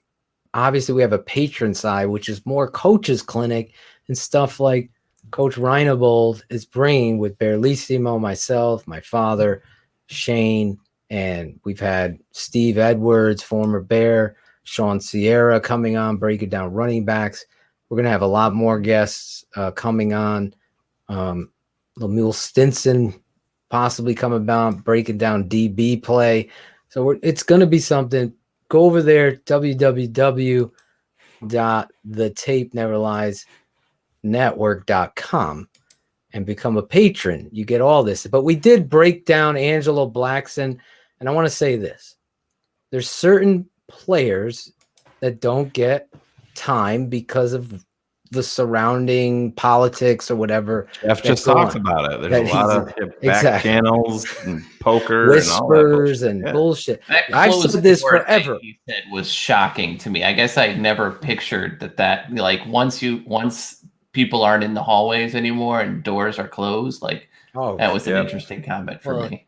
He's quoting my Uncle Sam had told me this story, and I can't tell it, but it's exactly like that. Loyalty. If you're going to hire the staff, you don't need the great X's and O guys. You need great teachers, but most importantly, you need loyalty, because the loyalty in football is so important. You cannot, it's like anything. You can't be talking smack about people from behind. You just can't do that. Like Shayne's saying it right to someone's face on this network to begin the show and still will. That's where you need to have your discussions and debates and fights and arguments to ultimately get to the point where you've agreed to disagree or you agree to go on. Just like me in that story, I had to prove myself that I was right by facing off. And you put your ass on the line or don't play. But that shit happens all the time. And that happened to Harry Heastand. Yeah, absolutely. That's what happened to Harry. But I think that point of what you just kind of talked to also always circles back to the quarterback. I think there's too much concern that he's listed at number 2, because what you have to do is you have to show the ability to make the reads, to do those things. Just because he's not getting reps at number 1 right away doesn't mean he's not competing for number 1. If anybody did high school sports, if you were a sophomore trying to compete and make it to varsity, what did you have to do? You had to show up every day. You had to work your ass off, and you had to show that, it's not when the lights are on. I got a great story about that, Cars, that I have to share before we move off of it. Before Coach I'm always big for it, but it's Phil, you had a freshman go take it to the house against the varsity. Those sorts of things shouldn't happen. But you know what? When you can make something happen, when you're not throwing to the number 1 guys, the number 1 offenses, or the number 1 offensive players, that's when you show that you have great fundamental understanding of what the offense is doing, what they need you to do. Those moments are going to earn you those reps, and that's how it happens. These things, just because he's not with the number 1s doesn't mean they're not considering it. Everything he's doing is getting graded, snap in, snap out. And when he shows it, it's going to be there. When I was, you guys heard me tell the story about the town that I grew up in. It's basketball, 24/7, 365. So I grew up in that environment and was a big, basketball was my life growing up. And when I was a freshman, I got pulled up from the JV team to varsity in basketball as a freshman. And my first game, my coach said, "Hey, we brought you up for a reason. You're going to play." So my first game, I came up, I started, did actually real well my first game. Well, there was still remember the kid's name, Timmy Gleason. The next day, a bunch of us got called down to the office, and Timmy was there with his parents. And in their mind, their son was a senior, and he deserved to start because he was a senior. So I got to give my coach credit. And this is where you have to, a coach has to have your back, but he also has to play the fucking game and be like, all right, yeah, we're not going to fight about this. I'm not going to bring my young guy in here and make him be a part of this. He goes, "Oh, Timmy wants to start and you feel that he should start?" 100%. I agree. We go from there. So we all leave the office. We go to practice, everything. We have a game 2 days later. Starting lineups got announced. Timmy goes out. Jump ball, start the game off. Coach taps me on the shoulder. Go tap in. Timmy started. That's what his parents wanted. But that's what you wanted him to start. He just started. But I'm the fucking coach, and it's going to be my way. You know what I mean? You wanted him to start. I'm giving you that. So fuck you. My guy's going to go get in there. But this is what I'm saying. This is what these guys have to they have to find these creative fucking avenues to take advantage of what these guys are going to do best. And that's where I was so disappointed in fucking Chuck Pagano. And listen, I'm not going to kiss Vic's ass here either, because there was a lot of times where Vic pissed me off with his. We overlooked a lot of those. Oh my times, God. absolutely. Right, where he was dropping everyone into fucking coverage. He dropped Khalil Max into coverage. Ton. Yeah, exactly. Always dropping Khalil Mack into coverage. That kind of stuff happens sometimes because of a scheme or a philosophy that you're trying to do, but it should never get in the way of putting your player. Like, there should never be a third down situation where Khalil Mack is on the sideline. Exactly. Phil, and how many times? But I yell it to my kids on fucking flag. I think if you guys saw it, I'm like, this ain't soccer. No one needs a rest. You've been standing here for plenty of time. You have run hard when the whistle fucking blows. In all sports, I mean, confidence is key, especially in football. And even as a fan, the Bears would get to 3rd and 10 plus, and you had zero confidence that they were gonna fucking stop it. 3rd and 13, they're running deep in cut. Deep in cut, wide open in the middle of the field. It's always happening, unless it's dropped. Verlissimo is late to the show. We've already interviewed Coach Reinebold. He just doesn't want to hear me speak anymore. It's fine. Technical difficulties. Those of you just checking in, and he's coming back. I'm waiting for him to come back. Coach Reinebold also is an analyst on Sky Sports, which is the NFL, as you saw in his intro, for the British side, across the pond. This gives me a little bit of time, Shayne. Speaking of across the pond, Father's Day is coming and the weather is catching heat.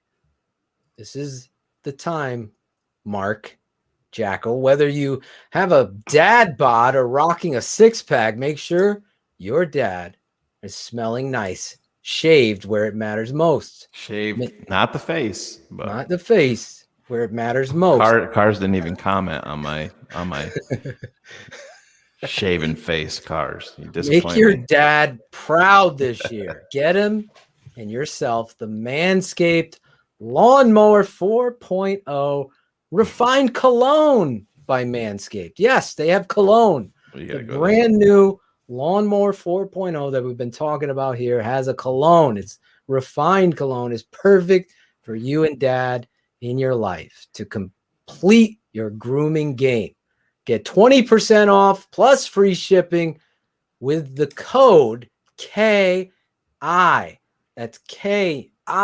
Keepin It. 100. KI 100. Angelo typed in the TTNL show when he tried to get his Manscaped, and it did not work.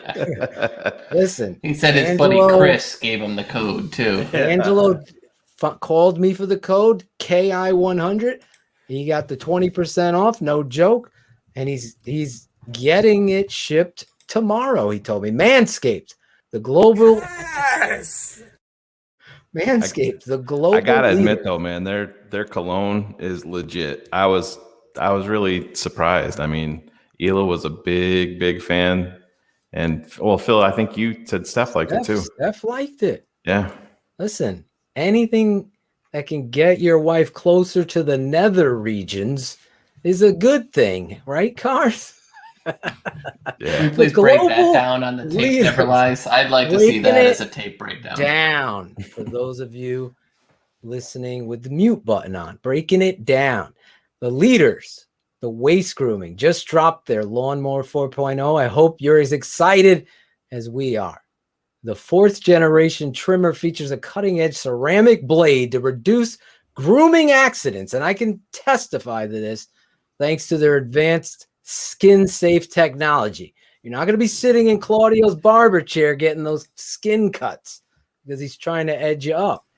Do you or your dad travel a lot? If so, then the 4.0 is the perfect trimmer for home, on the go. The upgraded trimmer includes a multi-function on and off switch that can engage a travel lock. So it ain't going to break if it's in the bags that are packed for Green Bay versus Chicago, baby. It also gives you the ability to turn 4,000K LED spotlight on those little hairs, those ball hairs, those chest hairs, leg hairs, whatever you're shaving. It gives the light. Step into the light. And it's waterproof. You can now shave your balls in the dark, the shower, or anywhere your heart desires. This is a long read. The Lawnmower 4.0 even allows you to customize your trim through additional guard lengths with sizes 1 through 4. The new wireless charging system uses electromagnetic induction, which can help battery length. That means it lasts longer. That's what she said. Fellas, it's time to pull the plug on wired trimmers and your wild bush, Barrelissimo, especially as you go on vacation. After It's a bit of a problem, though, isn't it, Phil? After you guys have clean balls, clean up your cologne game with the refined cologne from Manscaped. With the same signature scent that's in all Manscaped formulas, this cologne is a perfect complement to this collection. Light, approachable, and gentlemanly in all the right ways. If the old man is smelling a little funky, this cologne is a surefire way to change that and make him the talk of the summer. Man of the house deserves to smell like a king. Whether it's a gift for you or your dad or the man in your life, choose Manscaped. Get 20% off plus free shipping with code KI100. Your balls will thank you. Cars is giving them away to all his new family members. He's very excited about it, Cars. 10,000 subscribers each week. We're going to challenge somebody else to do the read. Maybe we'll bring a patron on to do the Manscaped read next week. So if you want to do the read, which is a long read, but I can say in all honesty, I'm proud that we're sponsored by Manscaped. I know Chris Jackal is as well. That's all I got to say about that. Yeah. Well, Phil, like I said, if you want to send him a note, this is the perfect month for us to bring Coach back if he wants to. Because I mean, Absolutely. You're pushing 10, 15 at this point, and we're going to do a shorter show or whatever tonight, but you know what I mean? Shayne's birth of his child is tomorrow. 5:30 a.m. I was going to make a completely inappropriate Lawnmower 4.0 reference to the birth in the morning, but I restrained myself and I did not. Yeah, I don't know. That's how I know you're exhausted right now. Is there some restraint on your side that isn't normally there? I wish I was. I'm way past exhausted, Cars. I'm way past it. I can't wait to have a couple of days off here. I'm I'm excited about meeting my daughter, and I'm excited about sitting down in a chair and holding her and maybe taking a nap or two with her tomorrow. I do miss those baby naps on the couch are still the best naps you will ever have in your entire life. Well, I'm texting Coach just to let him know if he can't, we can reschedule him. Yeah, we'll have him. I'd love to have him. I'd love to have him back. You know who I'd love to have him back with is I'd love to schedule a show with Coach and your dad. Yeah, that would be a lot of fun. Excellent. You can get a lot of stories. I could sense that. You're gonna have to love football, love the game. Beyond. Yeah, football's terrible. I hate the sport. If you don't love the game, if you don't love the game, you don't love it. Real quick, how do you guys feel about 1920 football draft? We talked about it today, didn't we? We did. My thing with that, Coach Eric, is I feel the Bears don't do enough. And when I say that, it's like, don't give me this Grey Poupon shit. Well, it looks like they bought a drone, and then that's what they're emphasizing is, hey, we got a fucking drone. Let's fly it over Hallis Hall and show you how dope this is. When everybody just wants to see Tevin Jenkins and Justin Fields and Daz Newsome. And, you know, but the hard part is, like, 3 years ago, we don't even have that. Like, 3 years ago, we have, like, somebody trying to hide on a train, trying to take a picture at a drive-by. Like, they're way more open than they used to be, but it's still not enough. It always leaves me wanting more. The reality is, you know, they've never did a Hard Knocks Chicago Bears. It's like the Bears don't want that. And that's unfortunate because you know what you should want, Ted, George, and everybody else, is to have people love you. And how do you do that? You let them know you. Just like every guest that comes on. Those two want more exposure on a national basis. Exactly. If you're hiding, of course they do. I'll say this. I told Lawrence Funk, I said, tell Matt and tell Ryan to come on the show because fans want to know them. Fans want the truth. We want to see what's going on and to have the hard question or to have the conversation of truth. We don't want Larry Mayer's fucking lunch with Larry bullshit. Oh my God. It's terrible. We want what Coach is bringing on the table here. The whispers in the hallway, the pressure, the reality of why it's best, Phil, Cars, and Shayne, to not have a quarterback competition, to just let Andy handle this year and let's prepare this. Whatever it is, I want to hear it from you. I don't want political bullshit. I don't want all of that. Open up your cameras. You're living that life. It's $1 billion business. I don't want to see Ted Phillips celebrating. I want to hear this is the guy we're going to pick. Whatever's going on. I want to be included. I want the fan to see it and know it, and you live it historically. Because we saw that Rex Ryan loves feet, right? And that was a joke for a while. And they had those funny things, remember? Yeah. Whatever that shake workout thing, and they were making jokes, and they were embracing it. John Gruden, he doesn't want the camera there or whatever, but he embraces it. You just have to allow the fans in what you have. Again, you're doing it with the fucking, what was it? Club Dub. You're letting people come in and see Club Dub when you win. What about when you lose? What's going on there? That's called then reality. You collaborate and figure it out. You can't, it doesn't take a rocket scientist to know in 2021 that social media is the fucking power of it all. It's the killer. It's it's amazing. You guys remember when we were interviewing for the head coach and they were interviewing Coach Flip.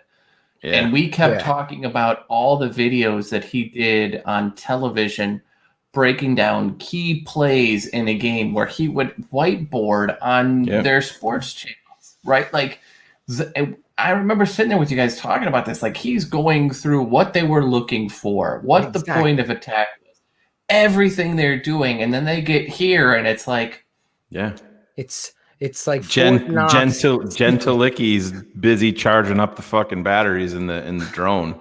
Let's get Lyrical Lemonade out here and let's fucking do a fucking happy dance. Let's fucking go buy some Lyrical Lemonade swag. Look, a pair of socks is $850. What are we doing? You got the wrong people. Gentilicki should be gone. It should be about the reality of football.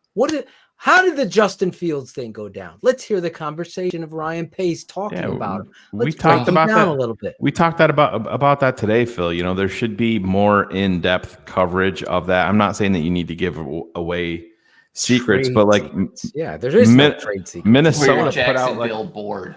Yeah, Minnesota put out like a 15-minute video of the phone, each one of their draft picks receiving the phone call, and you look at the Bears, and the Justin Fields phone call was like 12 seconds or something like that. And I'm like, what are we doing? Yeah. They've made moves this offseason that we're happy with, and it gives us a lot of stuff to talk about and excitement. Exactly. Yeah. But it's Cars, that's so perfect that you said that. Phil and I were talking about it today, and if they go through and do this Morgan Moses deal, and I said to Phil, wouldn't it be so Chicago for them to be like, you know what? We're going to slide Tevin Jenkins back over to right tackle now, and we're going to put him there, and we're going to start Morgan Moses at left. That would be so Chicago, and all of us here would be like, oh, he would play center. Most Chicago thing would be to put him at center over Mustapher because he's stronger or something. Yeah, we can't do that. We need to go on a level of understanding the game the way the Bears need to. I'm breaking up here. You are a little bit, yeah. You were, yeah. I was going to ask. Just came up. I was going to ask you if you have chickens. I don't, but I'm texting these guys because I'm documenting on a different Odom. So the thing too that I want to say is that an entrenched trader has it a little bit where what he's asking for. Yes, we've freed up some cap space now that we're post. Yep. But this is a point where a lot of folks were talking about whether or not Jimmy Graham is going to stay with the team, and it would not shock me if to make the cap work with the draft picks and to make an $8 million number potentially for Morgan Moses to work, that would be either renegotiation, small extension, or something like that for Jimmy. Or if they can find any sort of takers for Nick, who I think we're probably not making a big of a deal that is a distant third in the QB room right now. Yeah, to me, the move is if they can free up space. To me, the move has always been if now that we've heard about Moses, if they bring him in, and to me, and if they move off of Jimmy to free up space, to me, I'm still looking to Philly to see what happens with Ertz. I think he wants to be in Chicago. His wife plays professional soccer here. Than Jimmy too, absolutely. Yep, so that's a good point. It's unfortunate. I just, you leave in Jenkins at left tackle, and you put him there and let him play. Put him there and play. Let him. There's no way because Moses has been a right tackle his entire time in Washington. I don't see them doing that at all. And the reality is, it's June, OTAs. It's like there's nothing set in stone, irregardless of where someone took reps today or where they didn't. The reality is, just think about 2 months ago. Think about where we were April 2nd. We had Leno April 2nd. And Andy Dalton and Nick Foles. Yeah. And we thought that Marsaw was going to be our pick in around 20, right? Like that was where we were. Yeah, if we stayed at 20, we thought that Marsaw would be a guy that we were praying around pick 20. We were hoping Jenkins at 20. Yes. Yeah. Yes. We were hoping. But I don't know where you want to go with this, Phil. You're starting to get real froze, choppy on your end. Yeah. So I don't know if you want to. We're gonna go forward. What can we do?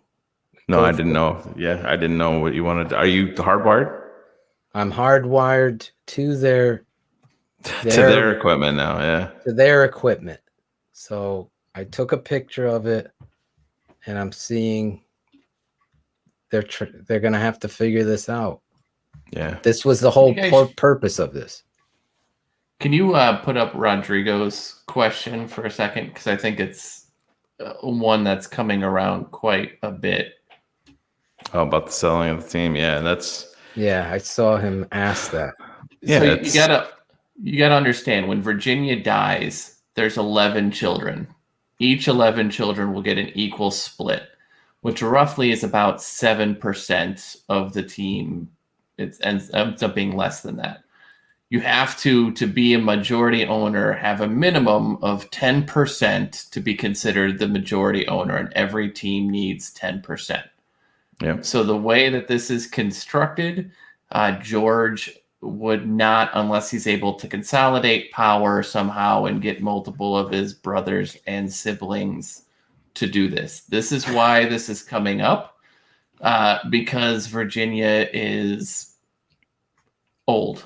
Very old, and most likely the owner is the future owner would probably either be Ryan, who's obviously a part owner right now, or the guy who owns the casino, who would make Arlington racetrack happen. So it's not something that is imminent as far as a sale right now, but it is something that they have to look at. Like, this would be a 5th generation ownership. And that sort of thing just does not happen in the NFL. By the 4th gen, there are too many kids, too many grandkids to separate those things. There will have to be a move at some point. So look for either hearing that George is buying out his brothers and sisters with help, or that Mr. Ryan is most likely acquiring more and more of the team. Yeah, it's definitely going to be. Definitely going down. They're going to sell this team. I really believe that. And to Cars' point, they have to. And isn't there some huge estate tax also that they were? That's what happened with the Buffalo Bills, and why the Pagulas are now the owners, is because the real estate tax. Yes, because when Ralph was going downhill health wise, to Shayne's point, that bill was going to be it's not liquid cash, right? Like, right. Yes, your franchise is $1 billion, but you've got like $30K in the bank. You can't pay the taxes on top of that to inherit. So yes, completely. I think a couple other things before we go into tweets, Shayne. Daz has broken his collarbone. Yep. They're saying it's a clean break, but that's going to be 8 weeks. But again, with collarbones, as I've known, they have a tendency. You got to be very cautious. With that. So well, and let's be honest. I mean, I think that the way that this roster is constructed right now, they can, if they need to push it to 10 or 11 or 12 weeks, to make sure that he's good to go. I think that they, Riley Ridley affords you that possibility. It gives you more time to see if Anthony Miller has his head screwed on straight. And, there's some... Goodwin. It's why Goodwin is here. Absolutely. Yep. Goodwin. Yep.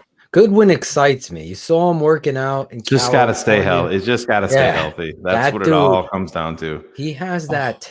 He's got that speed element that... He's got the speed. You don't usually see in Chicago. I mean, it's blinding with him. And the Bears got a couple of guys like that. We got Mooney. Yes. You got him. There's another kid there. How about this guy? Goodwin has what this guy had. A lot of heart. Yeah, with Rashid Davis rocking that TTNL swag with his beautiful child there. Look at that. Out to you, Rashid, friend of the show. Friend of the show. I know. It's freezing up again. This motherfucking internet. I swear to God. Can't catch a break with it.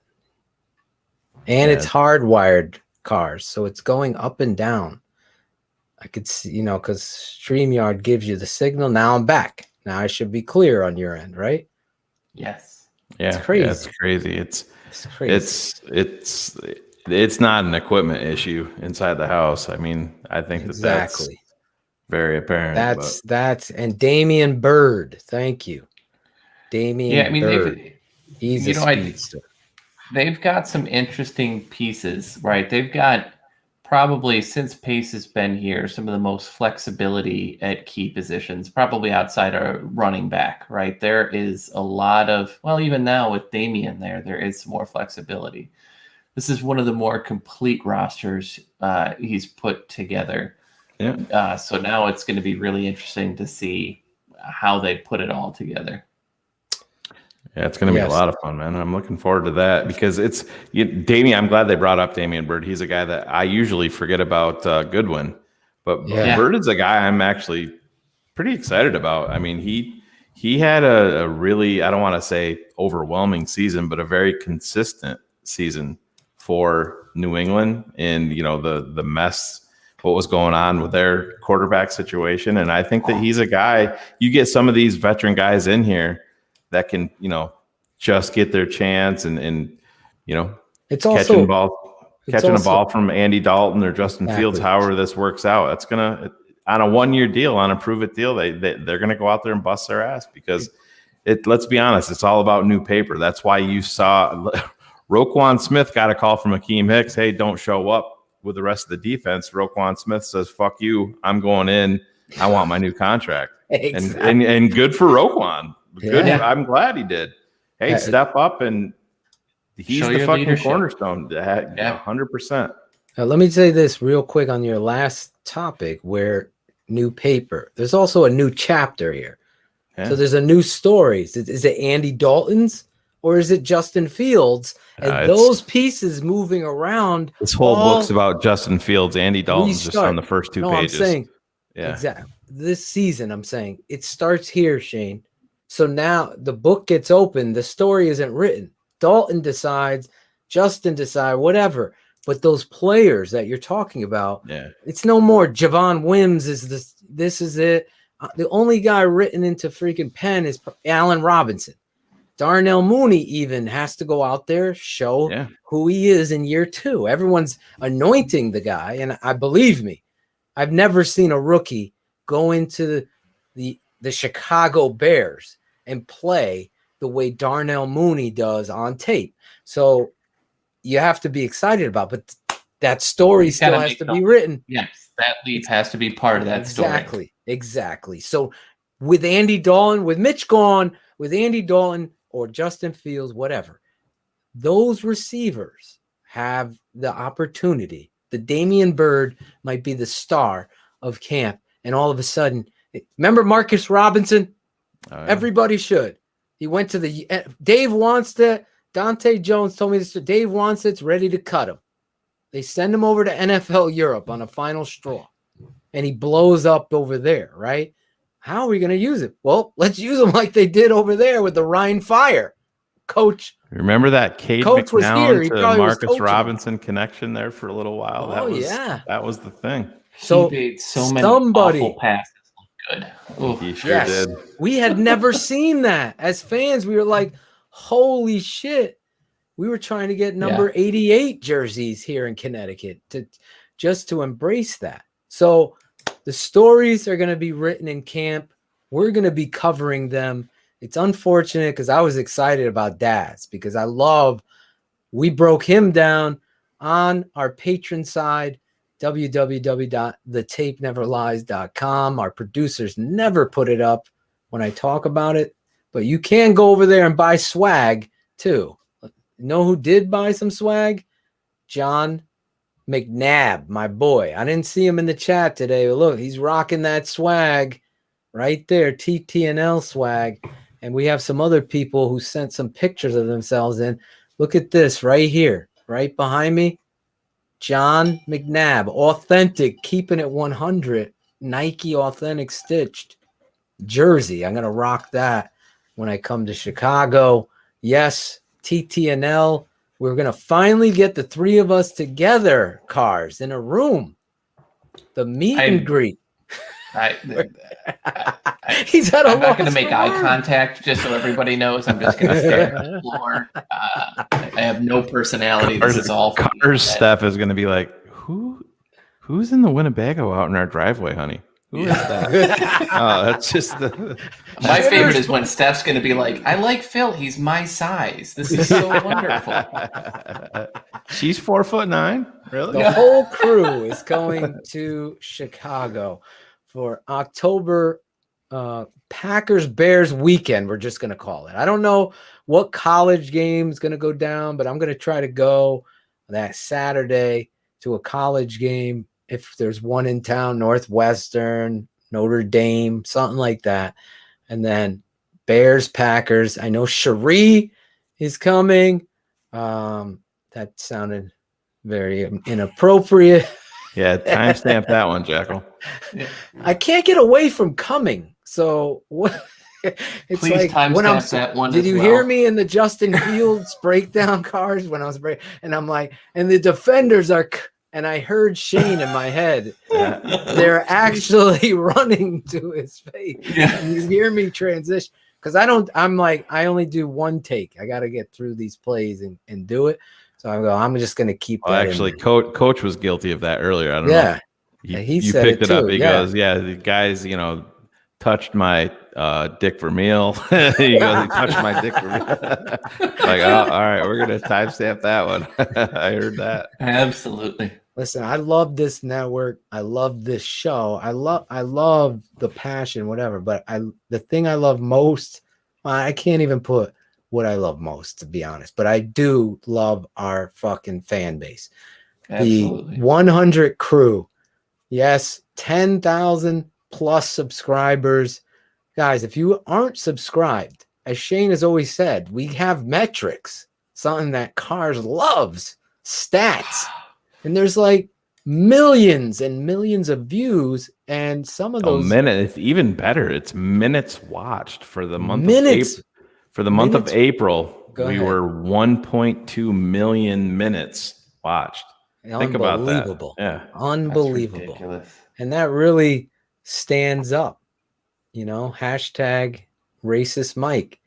I don't know what happened. He's running the swirl machine at Dunkin' Donuts and fucking hazelnut coffee. Yeah. Some people, karma Focused is a on the bitch. charity right now. He's Yes. focused on the charity. That's what's going on. Yeah. I'm sure. A positive PR campaign. That's what Yes. we're doing. They made fun of me. I love you, Gustavo. Always checking in from Brazil. We love you guys. HL Priest always shouting us out. We love you guys. Honestly, sharing it. Smash the like. Where's Mike Williams? Smash that like button. I love that. Smash that fucking like button.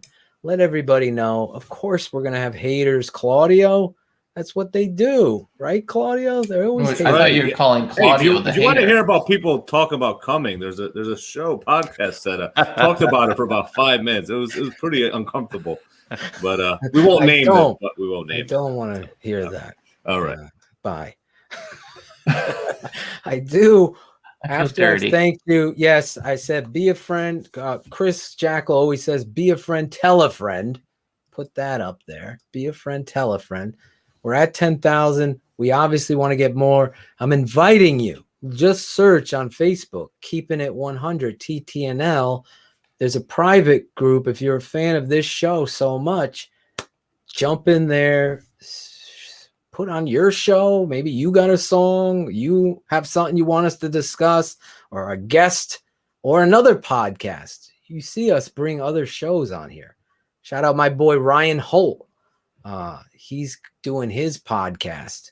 I forgot the name of it, but let me check it real quick. And I'll have that in. I'll have that in the shout out. But I'm shouting out Ryan Holt. I was on his pre-draft show, and he hit a lot on his mock. I was grading as he goes, and he hit on a lot of those guys. So shout him out. But yeah, anything you do. I'm meeting some music people. We got a guy across the pond. My boy over across the pond. He's gonna take one of our songs and make it one of those like electronic dance So he wants to do BHL, but I'm like, listen, I need you to start with Keeping It 100. I want to hear what you come up with. So me and Cool Kennedy sent him over some tracks. I saw earlier we are going to have an album coming out this summer of all the TTNL parodies and original songs on an album on the TTNL network worldwide. Go over there, get some swag while you're at it. I got my give me an offensive tackle or give me death. Now I'm looking at it. I can't even read that. Can you?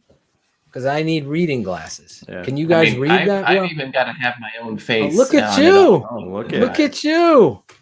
I love it. My daughter was like, wait a minute, that guy looks like you. I'm like, that is me. She's like, no, but it looks like you. Yes, that is the point. That is the point. Get over there. Not sure if you know, your daddy's kind of a big deal. He's got his own T-shirt. No, that's what you got to say. Because then Steph made sure to lean in and go, don't believe him. Your daddy, nobody cares. So, there's a lot of love in the house. Lots of love. I don't know what he means here. Aren't we lucky with Justin that we didn't go free agent, so we keep Roquan? Is he meaning pay a big? Yes. Yes. Okay. But the cap is going to be astronomical next year. So not enough. They still screwed the players for next year. Yeah, really? It's 2082 is going to be the max. The ceiling for the cap, which I mean, it's going to. Aren't we going to be like 70 million though free? That's what I was told. 50. We're going to be about 50 million free, and with a easy path to about 70 80. plus. Yeah. Okay, so we'll be good if we absolutely just like I always. That's say. When you see Robert Quinn gone, or guys redone. Like that. Yep. I'm so excited about Robert Quinn because one of the players. Former Bear told me, Phil, he was so banged up out there playing hurt between him and Khalil Mack. And he's like, listen, this is coming from a player that I fucking trust. And it's not an excuse that other players were, motivated by the fact that these two warriors were out there playing. So don't write the story off on Robert Quinn. We are standing up in Connecticut. New Haven Pizza again wins pizza capital of the world. That came across my ticker today. Shayne got the witness cars when you ever come. Damn it. Damn it. Already? When you ever come to Connecticut, you are coming out with us to pizza, modern pizza. We took Just let me know when Angelo is out of state for prison. He's got to meet you. No. I have to film it and put that music to it. Some sort of love music. We got him on he's going to be doing a taco run on his on his motor mini bike. He's going to be handing out free tacos. Compliment the TTNL. Are we getting the gummy bear real quick? Yes. Gummy. So we're in. Greg Braggs has chickened out, or he's in? Chicken Little? I don't know. He's got a lot going on. He's dealing with a broken wrist at his house. Glenn Braggs. Glenn Braggs. I don't know that name. I don't know that guy. We should probably move on to someone who has more than 4 subscribers. Ben, if you can do beats, DM me. Follow me on Instagram right there at Phil_Toshin. I'm always looking for people that can produce. We had a bunch of producers, Shayne. They all disappeared. They only show up on game day. Yeah, where the hell? I heard Tooch is building a new house in Mexico and doesn't have internet. Where the hell is that guy? Oh, man. There's a lot of inside jokes, but seriously. Did you see this, Phil?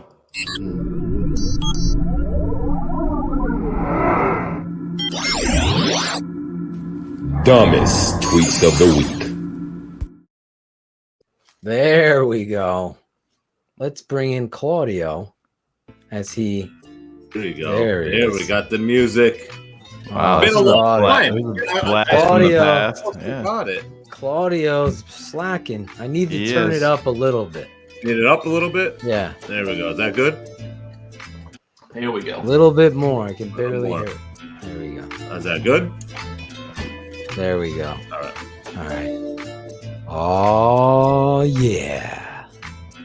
Oh, yeah. We haven't done this in many months, yeah, but Phil's internet still sucks, yeah. Ooh, he's the smartest man. And here we go. Rub-a-dub-dub. Baby, do you do dishes? The smartest man gonna be a dad again. And oh, fuck those blog boy little bitches. He's the smartest man. And these are his dumbest tweets of the week.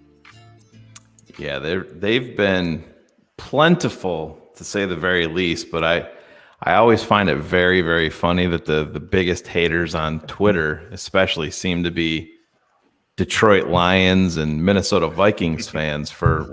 I mean, you're gonna hitch your fucking wagon to Jared Goff and Kirk Cousins, the teams the best left tackle moving to right tackle is a brilliant. Yeah, move. can you believe that? Move. Can you believe, Phil, did you see that? What happened? Sewell is going to play right tackle already. My God. I mean, I saw that and I'm like, oh my God.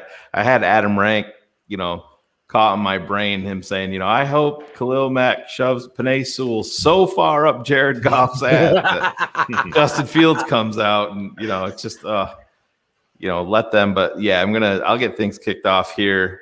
This guy has been all over Twitter. And Dan at Claps Dan. God, I saw this. Justin Fields was the fourth quarterback taken here. The fourth quarterbacks taken in previous drafts: 2020 Jordan Love, Drew Lock, Josh Rosen, Deshaun Kaiser, Christian Hackenberg, Sean Mannion, Derek Carr, Matt Barkley, and Brock Osweiler back in 2012. And this is what makes me laugh so hard, is that it's how are you? It means nothing. I mean, yes, you can have history there, whatever. It's like saying, oh, if you drafted the first quarterback that they're gonna work out. No, Chicago has lived that too.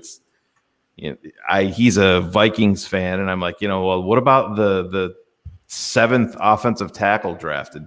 Or the seventh quarterback drafted? I'm sorry, because that's what Kellen Mond was. Does that mean that he's gonna? What are the stats? Brady? I mean, yeah. What are the stats for that? And it's, whatever. It's, if he was in Minnesota, this dude would love Justin Fields. If he was in Detroit, you show that tweet again though. Yeah. Because you know what I love about this? Drew Lock, second round. Deshaun Kaiser, second round. Hackenberg, second round. Mannion, third round. Derek Carr, second round. Barkley, I think, was fourth round. Osweiler, fourth round. So if you wanna look at the fourth quarterback taken and not kind of throw in, hey, this is where he was picked, then 11th overall, and could have easily we saw the info out there, Cars, on Jacksonville's board. If Jacksonville very clearly had Justin Fields as QB2. Yes. On their board. Yeah. Cars, you're doing it wrong. You're using logic and reason, bro. You're not supposed to do that. This is why I always get in fights on Twitter, because I try to point out faults, and people are like, "But no, my feelings." And anyway, fuck your feelings. But I digress. But yeah, we'll skip over here, and here's same guy just playing off of it. Mitch Trubisky is officially listed as QB2 on the Bills depth chart. This means he beat out Jake Fromm. Something a certain Bears quarterback failed to do. Not a good look. So yeah, he didn't beat out Jake Fromm because of politics, but guess who he did beat out in Ohio State? Anybody remember who had to transfer by the name of Joe Burrow, I believe? Yeah, had to transfer to LSU. That changes the whole narrative. Guess what? He was the first quarterback taken, 2 Cars. Number 1 overall. Listen. Take pity on Lions fans. Nobody gives a shit about that franchise. I am looking forward to when Sewell retires after 6 years, because he's tired of the losing and just doesn't want to do it anymore. Because every player they've ever drafted that has been any good quits early. So clap Dan, if this is your clap, go right ahead. You probably have the clap. Yeah. Let me double down. He got it from his mother. 2 players, Hall of Fame players. and Calvin Johnson retired in their prime. Gave money back. Because of the Lions and their organization. So for you to sit there, talk smack, and be a complete, utter buffoon, to be perfectly honest, I mean, that has no sense of logic. You know, maybe he's not a Fields fan in general, but I mean, just to go out of your way to try to prove a point and say that it's based off, you know, what number quarterback you were in the draft, or Mitch beat out Jake Fromm. Well, come on. You got a lot to worry about in Minnesota. A lot of it. You know, and who knows? Kellen Mond is probably never going to see the field because those idiots are going to extend fucking Kirk Cousins yet again. Justin Jefferson seems to wish that they might have a different guy throwing him the football. Yeah, imagine. Jesus. Unbelievable. But so yeah, we brought them back, but those are the dumbest tweets of the week. And when the season rolls around, that'll be a weekly segment once again. But it's been a little while, so we wanted to jump into that. There's not going to be a cut it out tonight, though, is there? No cut. No cut it out, Claudia. I thought you told me privately. We cut it out for time. Cut it out. Yeah, we're cutting that out. Hey, cut it out. That's what's going to be happening tomorrow morning. That's it. Gross. I'm a throw up guy. That's where I'll be. Going to peek past the when area. Riley was born, I did. The anesthesiologist is like, come on, you got to get down there. This is a chance of a lifetime. I'm like, you better have some nurses prepared, because I said, if something squirts on me or I hear something crack or whatever, I'll pass right the fuck. I'm a baby when it comes to that shit. Not a fan. But the funny part about it was when I did venture down there, Hila said to me, "Can you ask them when they're gonna start?"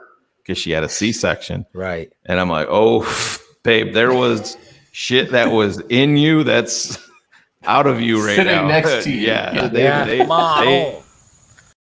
They very much started.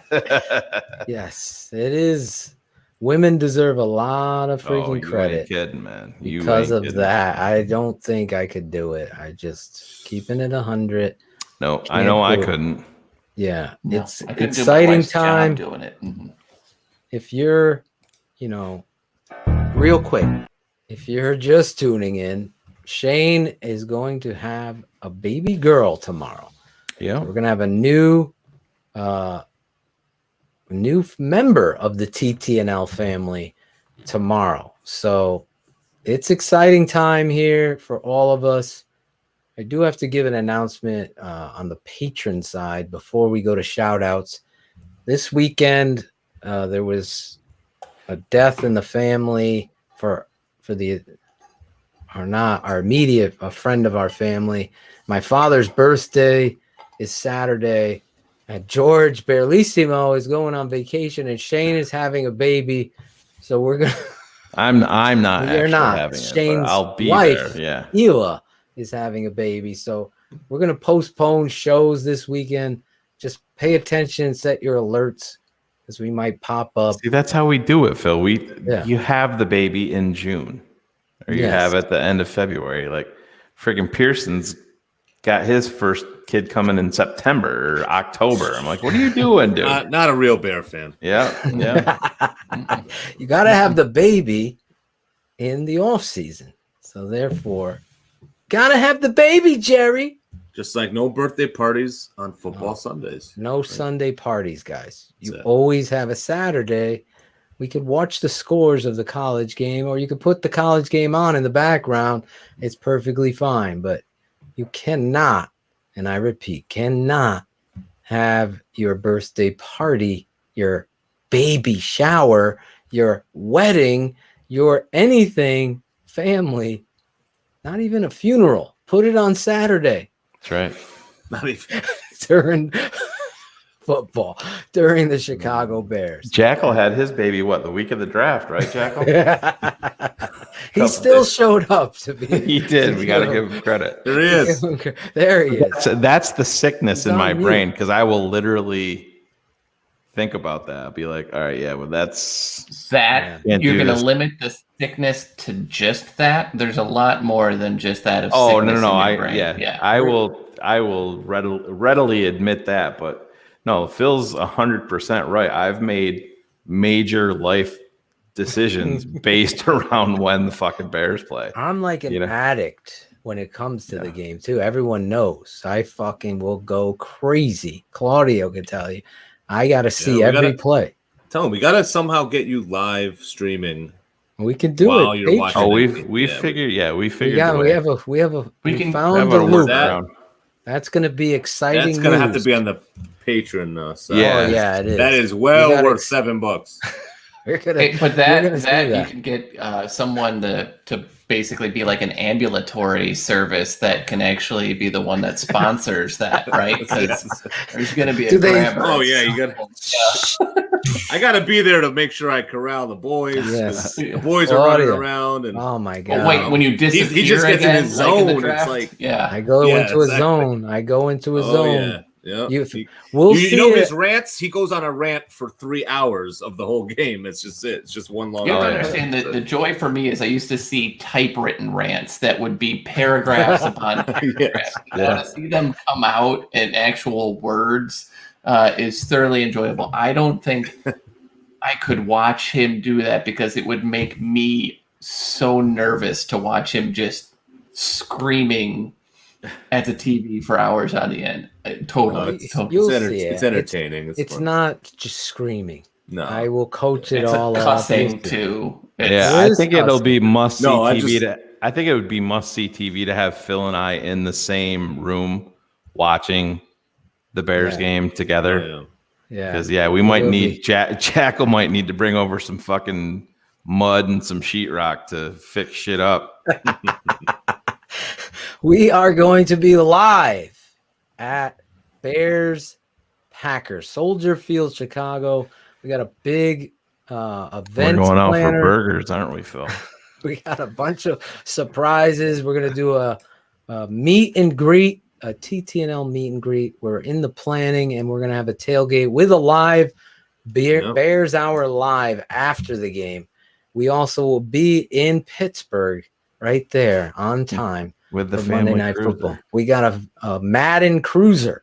The TTNL Cruiser is going to pull up in Pittsburgh. I can't wait to meet. Claudio's got to use some of that barber money to shrink wrap it for us. The TTNL flag on the side of the. We gotta come up with a better name for the RV we're gonna be driving down there. We're gonna come up with I'll let you. I said you and Jackal are going to control that whole planning. And then Shayne and I will handle the rest. Shayne has already helped you out. We actually are going to be meeting, for those of you Office fans, we're going to be meeting in Scranton, Pennsylvania. We're going to be parking our vehicles there. Because Phil's original plan sucked all sorts of balls. Yeah, Shayne, why don't you drive 20 hours got in the way. to come Phil wanted me to drive 6 hours to his house. Pick I those didn't guys know up. I thought you came through here. And then he's like, how far? I said, Phil, how Pittsburgh. far are you from Pittsburgh? He's like, about 7 hours. He's like, all right, cool. Shayne can drive. Shayne can get the RV. He can drive it to Connecticut, pick us up, and then drive us to Pittsburgh for the game. And I'm like, I don't know about you, but that ain't fucking happening. We are going to meet and greet, have a lot of fun. This guy right here, John Necrone. I'm going to put some, like my boy Chris Price and Funkster Jones, all in Pennsylvania. If you're a Pennsylvania Bears fan, hopefully you guys can set something up, know that area well better than we do, so we can get there and set up this. Yeah, if anybody's got a big parking lot at their house that we can fit an RV in, let us know. We will. And obviously, we'll bring you on the show for free. There you go. On the show, you could be on the show as long as we get swag. Can we plug in? We'll give it out some swag for sure. Claudio will connect his Wi-Fi to your Wi-Fi. How's will a be good red TTNL T-shirt sound? Right? Yes. Nice red one. That's a whole nother story. Well, we will be in Chicago. Let's get to shout outs before we keep Shayne well past his bedtime by doing this. Speaking of Cool Kennedy, he'll be there in Chicago with us. Cherie, all of it.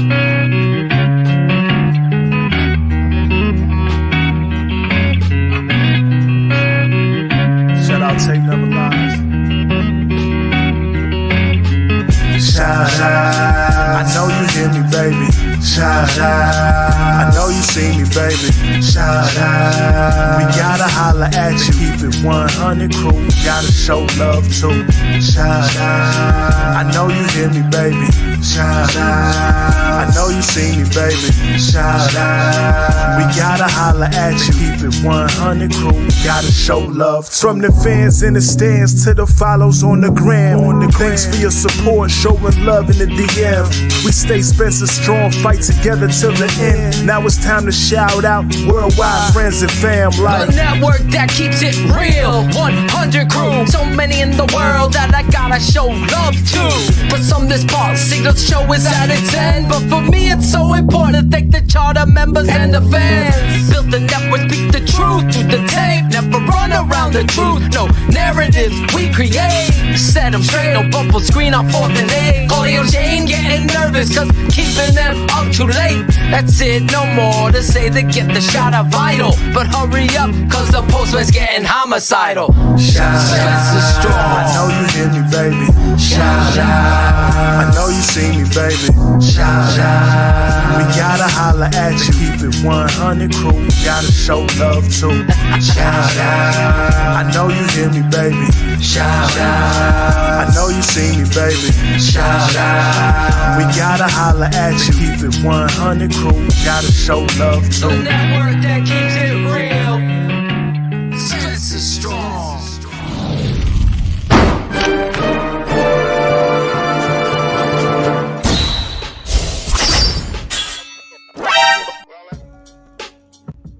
Yes, Claudio's least favorite part stays in the show. Guys, it's been a great show. Again, if you're just tuning in at the top, we hit the 10,000 subscribers. For those of you that have given us that maximum effort by lifting your finger, touching your mouse pad or your eye or smart screen and hit subscribe, I want to thank you. I want to smash the like button and continue. I want to thank Coach Reinebold for coming on tonight, joining us. It was so much fun. I'm pissed that we had connection issues and he had to go. We're going to schedule him back on the show because he's got so much more that he has to offer, and we'll bring him on with my dad. That'll be a great thing. So let's kick it off and end this show the right way. Started with Claudio, the barber. Well, yes. Shout out to all the subscribers again. Obviously, that's just amazing. You know, it's just hard to say how amazing that is. HL Priest, always in the chat, always hooking us, always pumping us up on Twitter. Dude's awesome. Love you, man. Bear Truth also always in the chat, always talking. Like my intro, so I gotta shout you out for liking my intro. I appreciate it. A couple new people in the chat, haven't really seen. Jared Perry, Bears Green, and ATHF 2000. Shout out to you guys. Thanks for coming on. Hope you enjoyed it. And my wife and kids, and to Shayne, your family, your wife. Shout out. Thanks, good luck. All right. That's it from me. Nice, Claudius. All right. Cars. Yeah, so I'll echo Claudio to start. Right, everybody, the interaction is awesome. It's been great. You know, selfishly, my other one is I got to meet my biological family this past weekend, so I got to get that out of the way and meet a whole bunch of new people who were super awesome. So that was any a lot of nerds fun. in there for Lambda? No, God, no. That came out very quickly. They're like, you wear glasses. What do you do? But no, I appreciate that. And yeah. So no, other than that, basically. So yeah. But other than that, no, that's it. I mean, every week, everybody's got so much energy in the chat. It's so much fun to see. So I appreciate it. Chris Jackal, the producer. Can we hear you? No, he's on mute. Can't hear you, bro. It's a weekly occurrence with this guy. There we go. Me? There Not you that go. mute What are you button. talking about? He I'm was afraid I'm on- going to say something stupid, so I always keep it on mute. You know. Do you want to do the manscaping? Don't worry, I do it all the time. Don't worry about it. That's all good. You have anyone to shout out, bro? You're producing. Good job back there. Well, shout out to you too, bro. No, I you're appreciate behind it. the scenes. Yeah. Well, Doing good thank shit. you. To be Yep. perfectly honest with you, I'm not stealing anybody's thunder. Two things. One, Shayne, best of luck to you tomorrow. Thanks, my man. I would take a peek. I peeked over the curtain on every one of my three boys. Yeah. I'm not saying it's a good thing, but I think it's something It'll as a be. man you I'll should probably do. experience. I'll probably do it. But You ever, it's gonna, you ever it's see gonna be Ace quick. Ventura when he comes out of the Yeah. rhino's ass? Yeah. Yes. Yeah. Worse than that. It's worse. Yeah.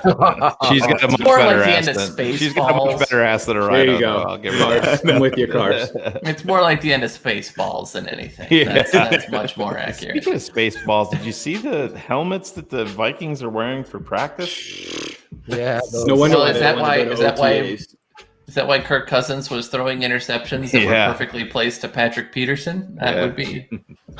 Exactly. Shane is nervous, I think. He's I'm ready to there, get yeah. off the air. He's ready. I've been very, very good. Like, Phil, you know me long enough. I'm not a dude that gets I'm usually kind of chill in most situations. But yesterday, I got home and I grabbed the seat for the car for my truck. And Yeah. she's like, you need to install that. And I'm like, all right. So I grab it and I walk out and I'm, the little, the safety. Yep. It's not a harness thing, but you have to put it down in the hooks underneath the anchor, safety anchor. The safety latches. Yep. So I was doing that and I had to step back. So I'm like, oh, holy shit, this is fucking really happening. This was yesterday. I think I sent you and Phil Yes, a you did. picture of it. I'm like, this shit just got real for me. And it's like Ela was sitting upstairs tonight. And I'm like, how you doing? She's like, I'm cool. I mean, if I had to go through what she's got to go through, I'd be freaking the fuck out because I'm a gigantic pussy when it comes to stuff like that. But I'm sure I'll be. Like I said, I want all the fingers and toes to be there and the eyes to be, level. And hopefully she doesn't look like Phil because that would be weird. But That ain't gonna happen. It's gonna look like the mailman. Yeah, right. The Exactly. one baby The first that- time it's true. Yeah, exactly. It would be true. It's gonna be Not a true. bad thing. Yeah. That's Best not of luck bad. to you. Thanks, man. You and Appreciate your, it. you and the family. That's awesome. Yeah. And like I told you privately, I hope she's a sleeper. Yeah. Oh, me So that too. goes to my Oh, second man. shout out, man. I shout out my wife, my little one, Cannon. He sleeps for shit. And, if it wasn't for her, I probably I wouldn't be sleeping as much as I am. So I'm a pretty lucky dad, I have to say. So I shout her out for all the hard work she's putting in the middle of the night. I also don't have breasts and we're nursing over here. So, I luck out there. Still trying to figure Can out we what is please the get point of that? our nipples. What's the point? I of our want to nipples? get that clip. I want Jackal saying, "And I don't have breasts." Oh, yeah, because that is now going to be. We got it. Hey, it's better than all the Phil's coming comments. Yeah. That's true. Breastfeeding is definitely a lot cheaper than the formula that I've been stacking up on, man. I got a can of Infamil sitting over here in the kitchen cabinet. That's like $50 for one. Oh my original. god, dude! We bought a case and it was $167. Yeah, there's a reason that shit's locked up at the Kick in the dick Yeah. every time. They Essentially don't lock evaporate- anything else up. You can buy a thing of evaporated milk at Walmart for like $4 and fucking paid $167 for the same shit. Crazy. God. True story. My son Devin had such bad. What is that? Acid reflux. Yeah, reflux. Yep. And what's All three that? of my boys. Colicky.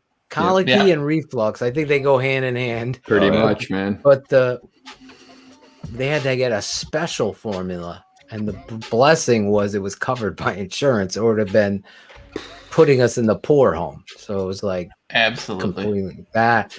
So hopefully nothing like that you have to deal with. But it kind of what was bad news ended up being good because it was covered, whereas Enfamil is so expensive and all that. Crazy. Shit. So anyway, that's I what hate I the got to smell say of it, about too. that. Oh, it's the worst. Oh my God! Did you ever taste the powdered formula? Fuck that. No, We should no. have The them only do thing that that. I'm actually That's how you wash down that gummy bear. I'm freaked out by baby food too. Like some of it, but the blueberry buckle though, that shit's legit. The I don't know if you remember formula what. poops are still my nightmare. Oh Formula my poops. god! Any of those poops with the fucking seeds in it, with the yellow See, mustard. you guys mustard- come the here. mustard- You guys, mustard you goes guys come shit. here for football, and now you're getting diaper and formula. Imagine what Angelo's conversations. diaper Where do you looks get like after. this? Imagine what guys. Angelo's Sorry. diaper looks like after his 36 wings that he ordered. It's all seedy. Fucking runs With up ranch. With his own jar of ranch. Yeah. Oh boy. Oh my god, I love this show. We always keep Great. it 100. Shayne, do you want me to go? Do you want to end it? No, What? you can end it. Jackal, Cars, Claudio, everybody, thank you so much. I mean, it means You a say lot. I duh, know. Claudio? Duh. We love to bust balls on this show, but end of the day, you know, you guys know that you're my ride or die team, and no matter what happens, I'd be there for anybody if they needed anything. And yeah, for my shout outs, first I want to shout out who this segment is all about.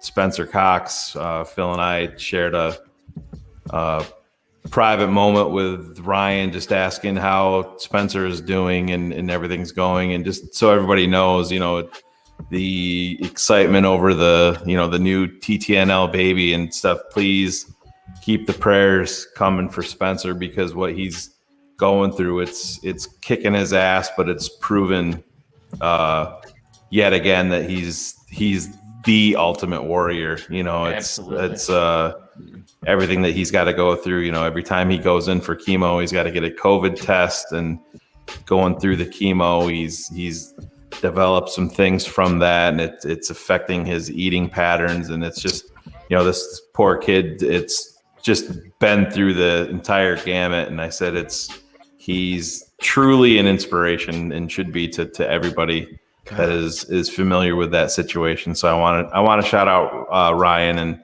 and Aaron and Spencer specifically, because Absolutely. you know, it's I feel it's weird, and I shouldn't, but you never know. You know, you want the best for your kids, and to see one so young having to, you know, fight the battle that he's fighting, it just things like that as a parent will make you nervous. And I just, you know, I can't imagine having to deal with that on a daily basis. So it's a testament to the entire Cox family, their other children included, because they're a close-knit group, and it's, you know, they're a special family through and through. So shout out to them. I gotta go off kilter and piss Cars off here a little bit. I'm going to shout out Greg. They had a little mishap with Addie today where she fell and broke her wrist. So I know that's always tough. So, you know, hopefully she bounces back. Probably not the best way to turn 3 years old, and you know, but kids are resilient. So I think Addie will bounce back real quick. But thank you, 100 crew, everybody that's, you know, working behind the scenes for what we do. Like I said, Eel and I have been Riley's 10. Not everybody knows the story, what we have been through in terms of trying to get to this process. Again, as, you know, older parents at this point, but it's, you know, Phil knows the story. I think Cars knows most of it. It's been quite the process. It's been a long road, and, you know, we're right there on the precipice, and I couldn't be more happy to see, you know, how this unfolds tomorrow. You know, it's, I shaved my face because I want to be able to kiss my daughter and not have her feel my scratchy beard. So that's, I'm very calculated like that. So I'm always thinking, but I can't wait to meet my daughter. That's really what my focus is. And saw a couple comments in the chat saying that I was tapping out. It's just, yeah, my mind is racing a mile a minute. I'm not gonna lie, you know, for the first time in my life, it's not football 24/7. Rightfully so. Yeah. So, but thank you guys so much. Like I said, I have a little TTNL network onesie that Alex Acevedo made for me to give my daughter. Nice. And Thanks, Alex. we'll be putting that on. I put him up to it. It was my idea. But I'm fucking with it. I'll pop a picture of that and share it with the patrons when everything is settled a little bit more tomorrow. But we're looking forward to it. And I know everybody's the support. You can really feel it from everybody. So, I love all of you guys. It means the world to me that you guys have been really on this journey with Hila and I, throughout this process. Cause it's been, we lost a baby last year. So it's, there's a lot at play here. Why tomorrow, almost this morning is going to be such a special morning for us as we become a family of 4. So I'm really looking forward to it, but I love you guys. Awesome. Exciting, man. Did you get it? You guys have a name? Yeah. Virginia McCaskey. Yeah. Virginia till tomorrow. McCaskey, yeah. I did share, I believe, with it's the Angelo, right? Yeah, no, definitely not. I shared it with the patrons. Yeah. First name is going to be Emerson, Emerson. The middle name is it's going to be after Hila's father, who's over in Czech Republic. It's Emerson Mira Marsaw. It's spelled Mira. Nice. So it's going to be roll those R's. Yeah. Well, that's what I said to Hila. I'm like, I don't really roll the R's, but Hila does. I'm like, should I say Mira or should I say Mira? And she's like, you're an idiot. Just whatever, whatever you say. So the way our wives always build us up is really encouraging. Yeah. Yeah, exactly. So I've been saying it the way that she did. So yeah. You got any Air Monarchs for tomorrow? What's that? Nike Air Monarchs for tomorrow? Oh yeah. Some white New Balances, maybe. Yeah. Maybe a little stop at Home Depot, some Bed Bath Get your and jean Beyond shorts after, on. Yeah. So tuck into those jorts, man. Make sure the shirt's tucked into those jorts. Tuck your jersey into your jorts. That's the look. The one thing that sucks though, going through this fanny pack with COVID is that they're not letting my son in to meet his sister. That happened that happened on our end. Yeah, it's a tough part, but like I said, thank God for FaceTime, and it's like I said, she'll be home when she's ready to be home. So, and I know he'll be there, but I want to shout out Riley too, because he's been a big part of this entire journey, and it's he's only 10, but he knows what mommy and daddy have been through. So, like I said again, I don't want to bore you guys with all this talk, but I truly appreciate all the support and everybody on here tonight and everybody connected to TTNL network. I love each and every one of you. Thank you so much. So with that, we could say this. No, I'm just. I was waiting for Claudio to do it. No, I was not going to do it. I know one of these fuckers is going to press. I would never. No way. I'm just used to having it done to me, so I just don't want to do it to anybody else. When Phil was going on his story about Tate, I'm like, do I just fucking play that to blast one against it? But I didn't do it. Gangsters, what's up, guys? Yes, another great show in the books. Got to thank Coach for coming on. Obviously, the connection really leaves, it'll bother me tomorrow because I wanted more. And I got to shout out Barrelissimo for connecting that 6 degrees of separation, that kind of stuff really comes together, really, to be honest, and him knowing my uncle like that. And I think it'll be better with my dad involved in that stuff. So we'll bring Coach back on in the summer. We'll reach out to him again. It's unfortunate. That being said, this is a night of family. We announced the 10,000 subscribers. I want to thank every single one of you guys that have gone and shared our show and been a part of this. Obviously, each and every week we come in with no script. We produce, we create, we just do whatever is on our mind to bring the best coverage of this team and this game that all of us love. Of course, there's going to be haters.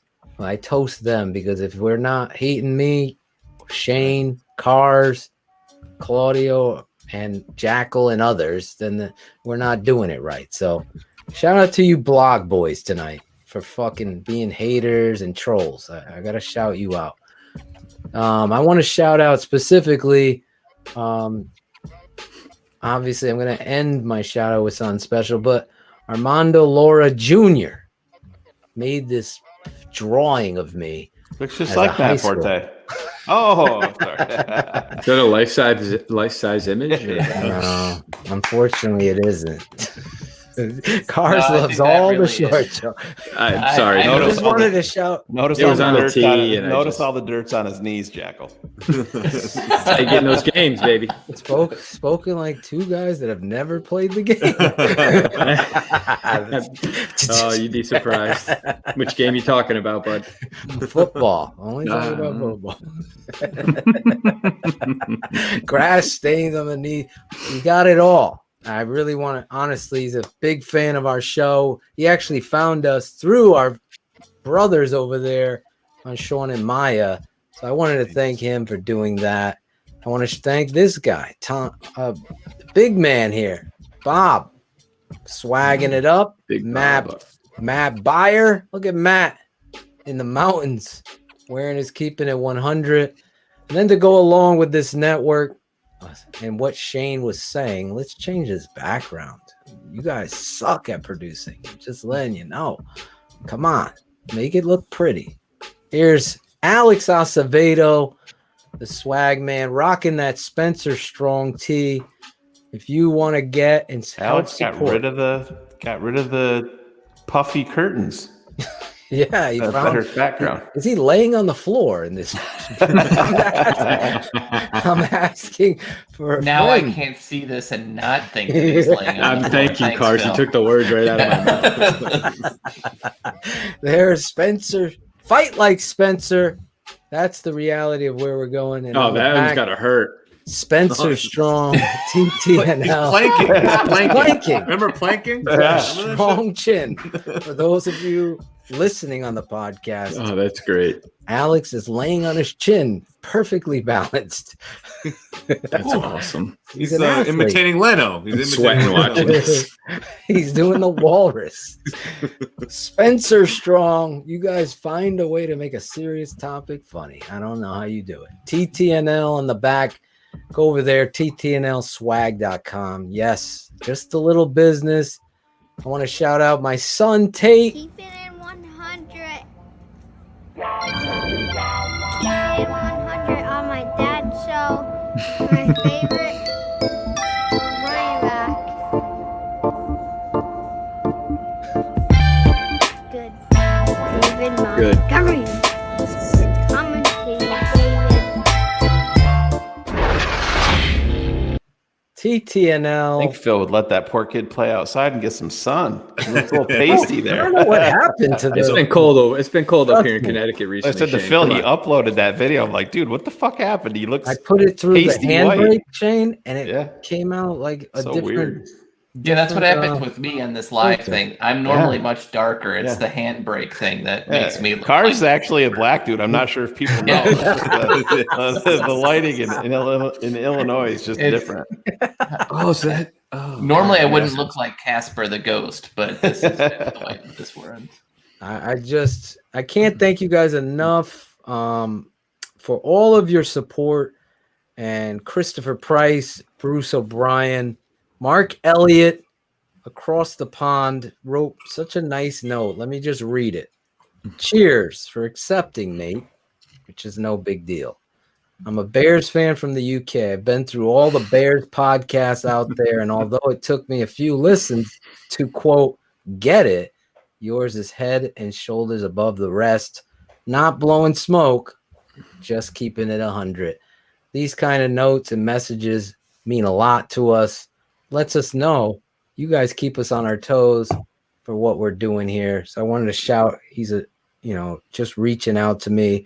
And then I wanted to shout out my boy, where is he? Aaron5799, Michael Bardini, also from the UK. He's rocking Shayne. He's rocking a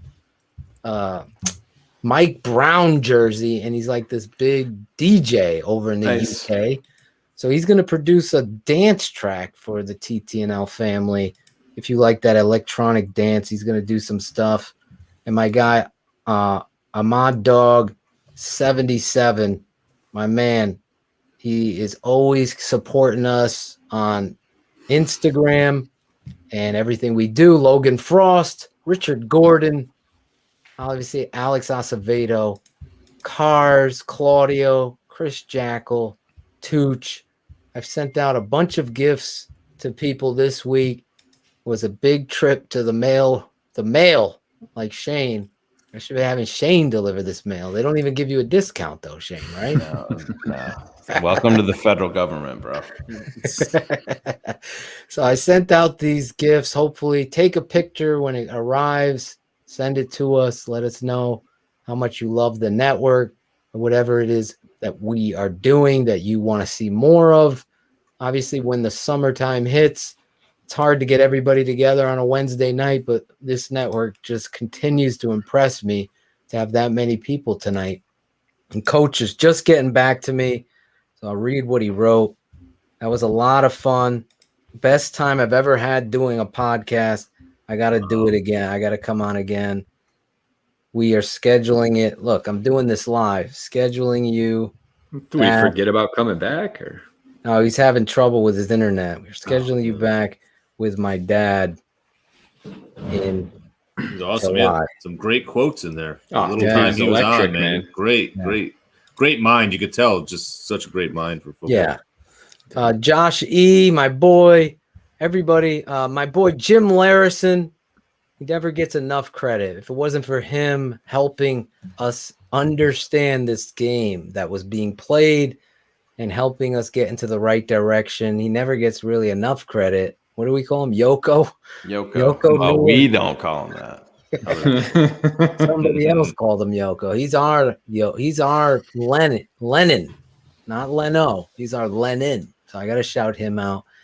And my wife. And last but not least, I got to shout out Shayne Marsaw on the efforts to become a father. And I don't think people realize in life there's, we only get one life. I always say that. And when you have friendship that goes beyond a show, like this isn't show, this is real.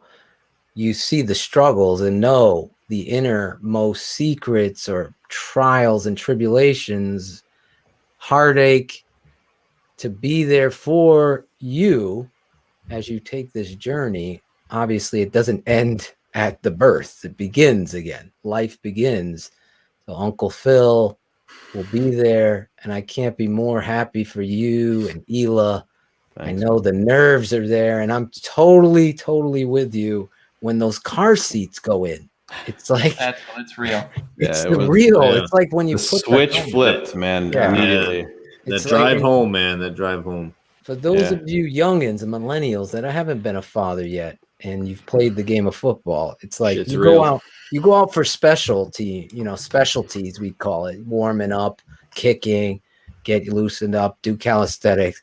Then when you're walking out and the marching band is playing and the lights are on and it's about to be kickoff, that's when it's real. That's what it's like when you see those car seats. It's like, all right, now the game of life is about to be played. So there's no better person I know in regards to character, empathy, and brotherhood than Shayne Marsaw. And you could say whatever it is you want and hate, but this network stands to where it is with you. So as you take this journey to be a father, I shout you out. I'll be praying for you guys. And absolutely, I can wish you nothing but the best. You deserve it. I bet you'll be sleeping when I have to get up, though. Oh yeah. Well, my alarm will be 6:18. I set my alarm 6:18. I don't know why. Whose number? Kevin Butler and Mike Tomzak. There you go. You're just gonna disrespect Kyle Orton like that? I was gonna say that's Kyle Orton's number 18. Claudio was like, "Where's Cutler?" No Cutler. Postman. 8. You got an 8 in there. Yeah. 6 and 18. So 6:18. I'll be up. All of you guys again. Butler, great Fields, show. Grossman. What do we want to? What do we want to roll out to, Shayne? What do you want to go out to? Bed. Just a quick ending. Yeah, Just he wants quick ending. Yeah, I don't need any music. I just he's tapping his arm. He's like, I'm ready to go. Yeah, He's I'm probably like not gonna looking at my sleep a phone wink. every 30 seconds because I'm like 2 floors away from Hila now. So it's a different setup. He's not going to Oh, man. sleep a wink, but I won't. Yeah. Godspeed tomorrow, Shayne. That's Thanks, awesome, bro. man. Yeah. guys, Leno is gone. That is it. We don't need to play that anymore. We will say goodnight. Tomorrow, we welcome a new member to the TTNL family, the 100 crew. God bless you. Thank you all for joining us tonight. And next week we'll be back Wednesday night. DM me if you need anything. Our DMs are all open. Everybody here is willing to help out. We're here as a family, and family first. Hit the like, subscribe, do all that shit. Good night. God bless. This has been a Shy City Sports presentation and a Tape Never Lies Network production. Keeping it 100. Thanks for tuning in to the Tape Never Lies Network.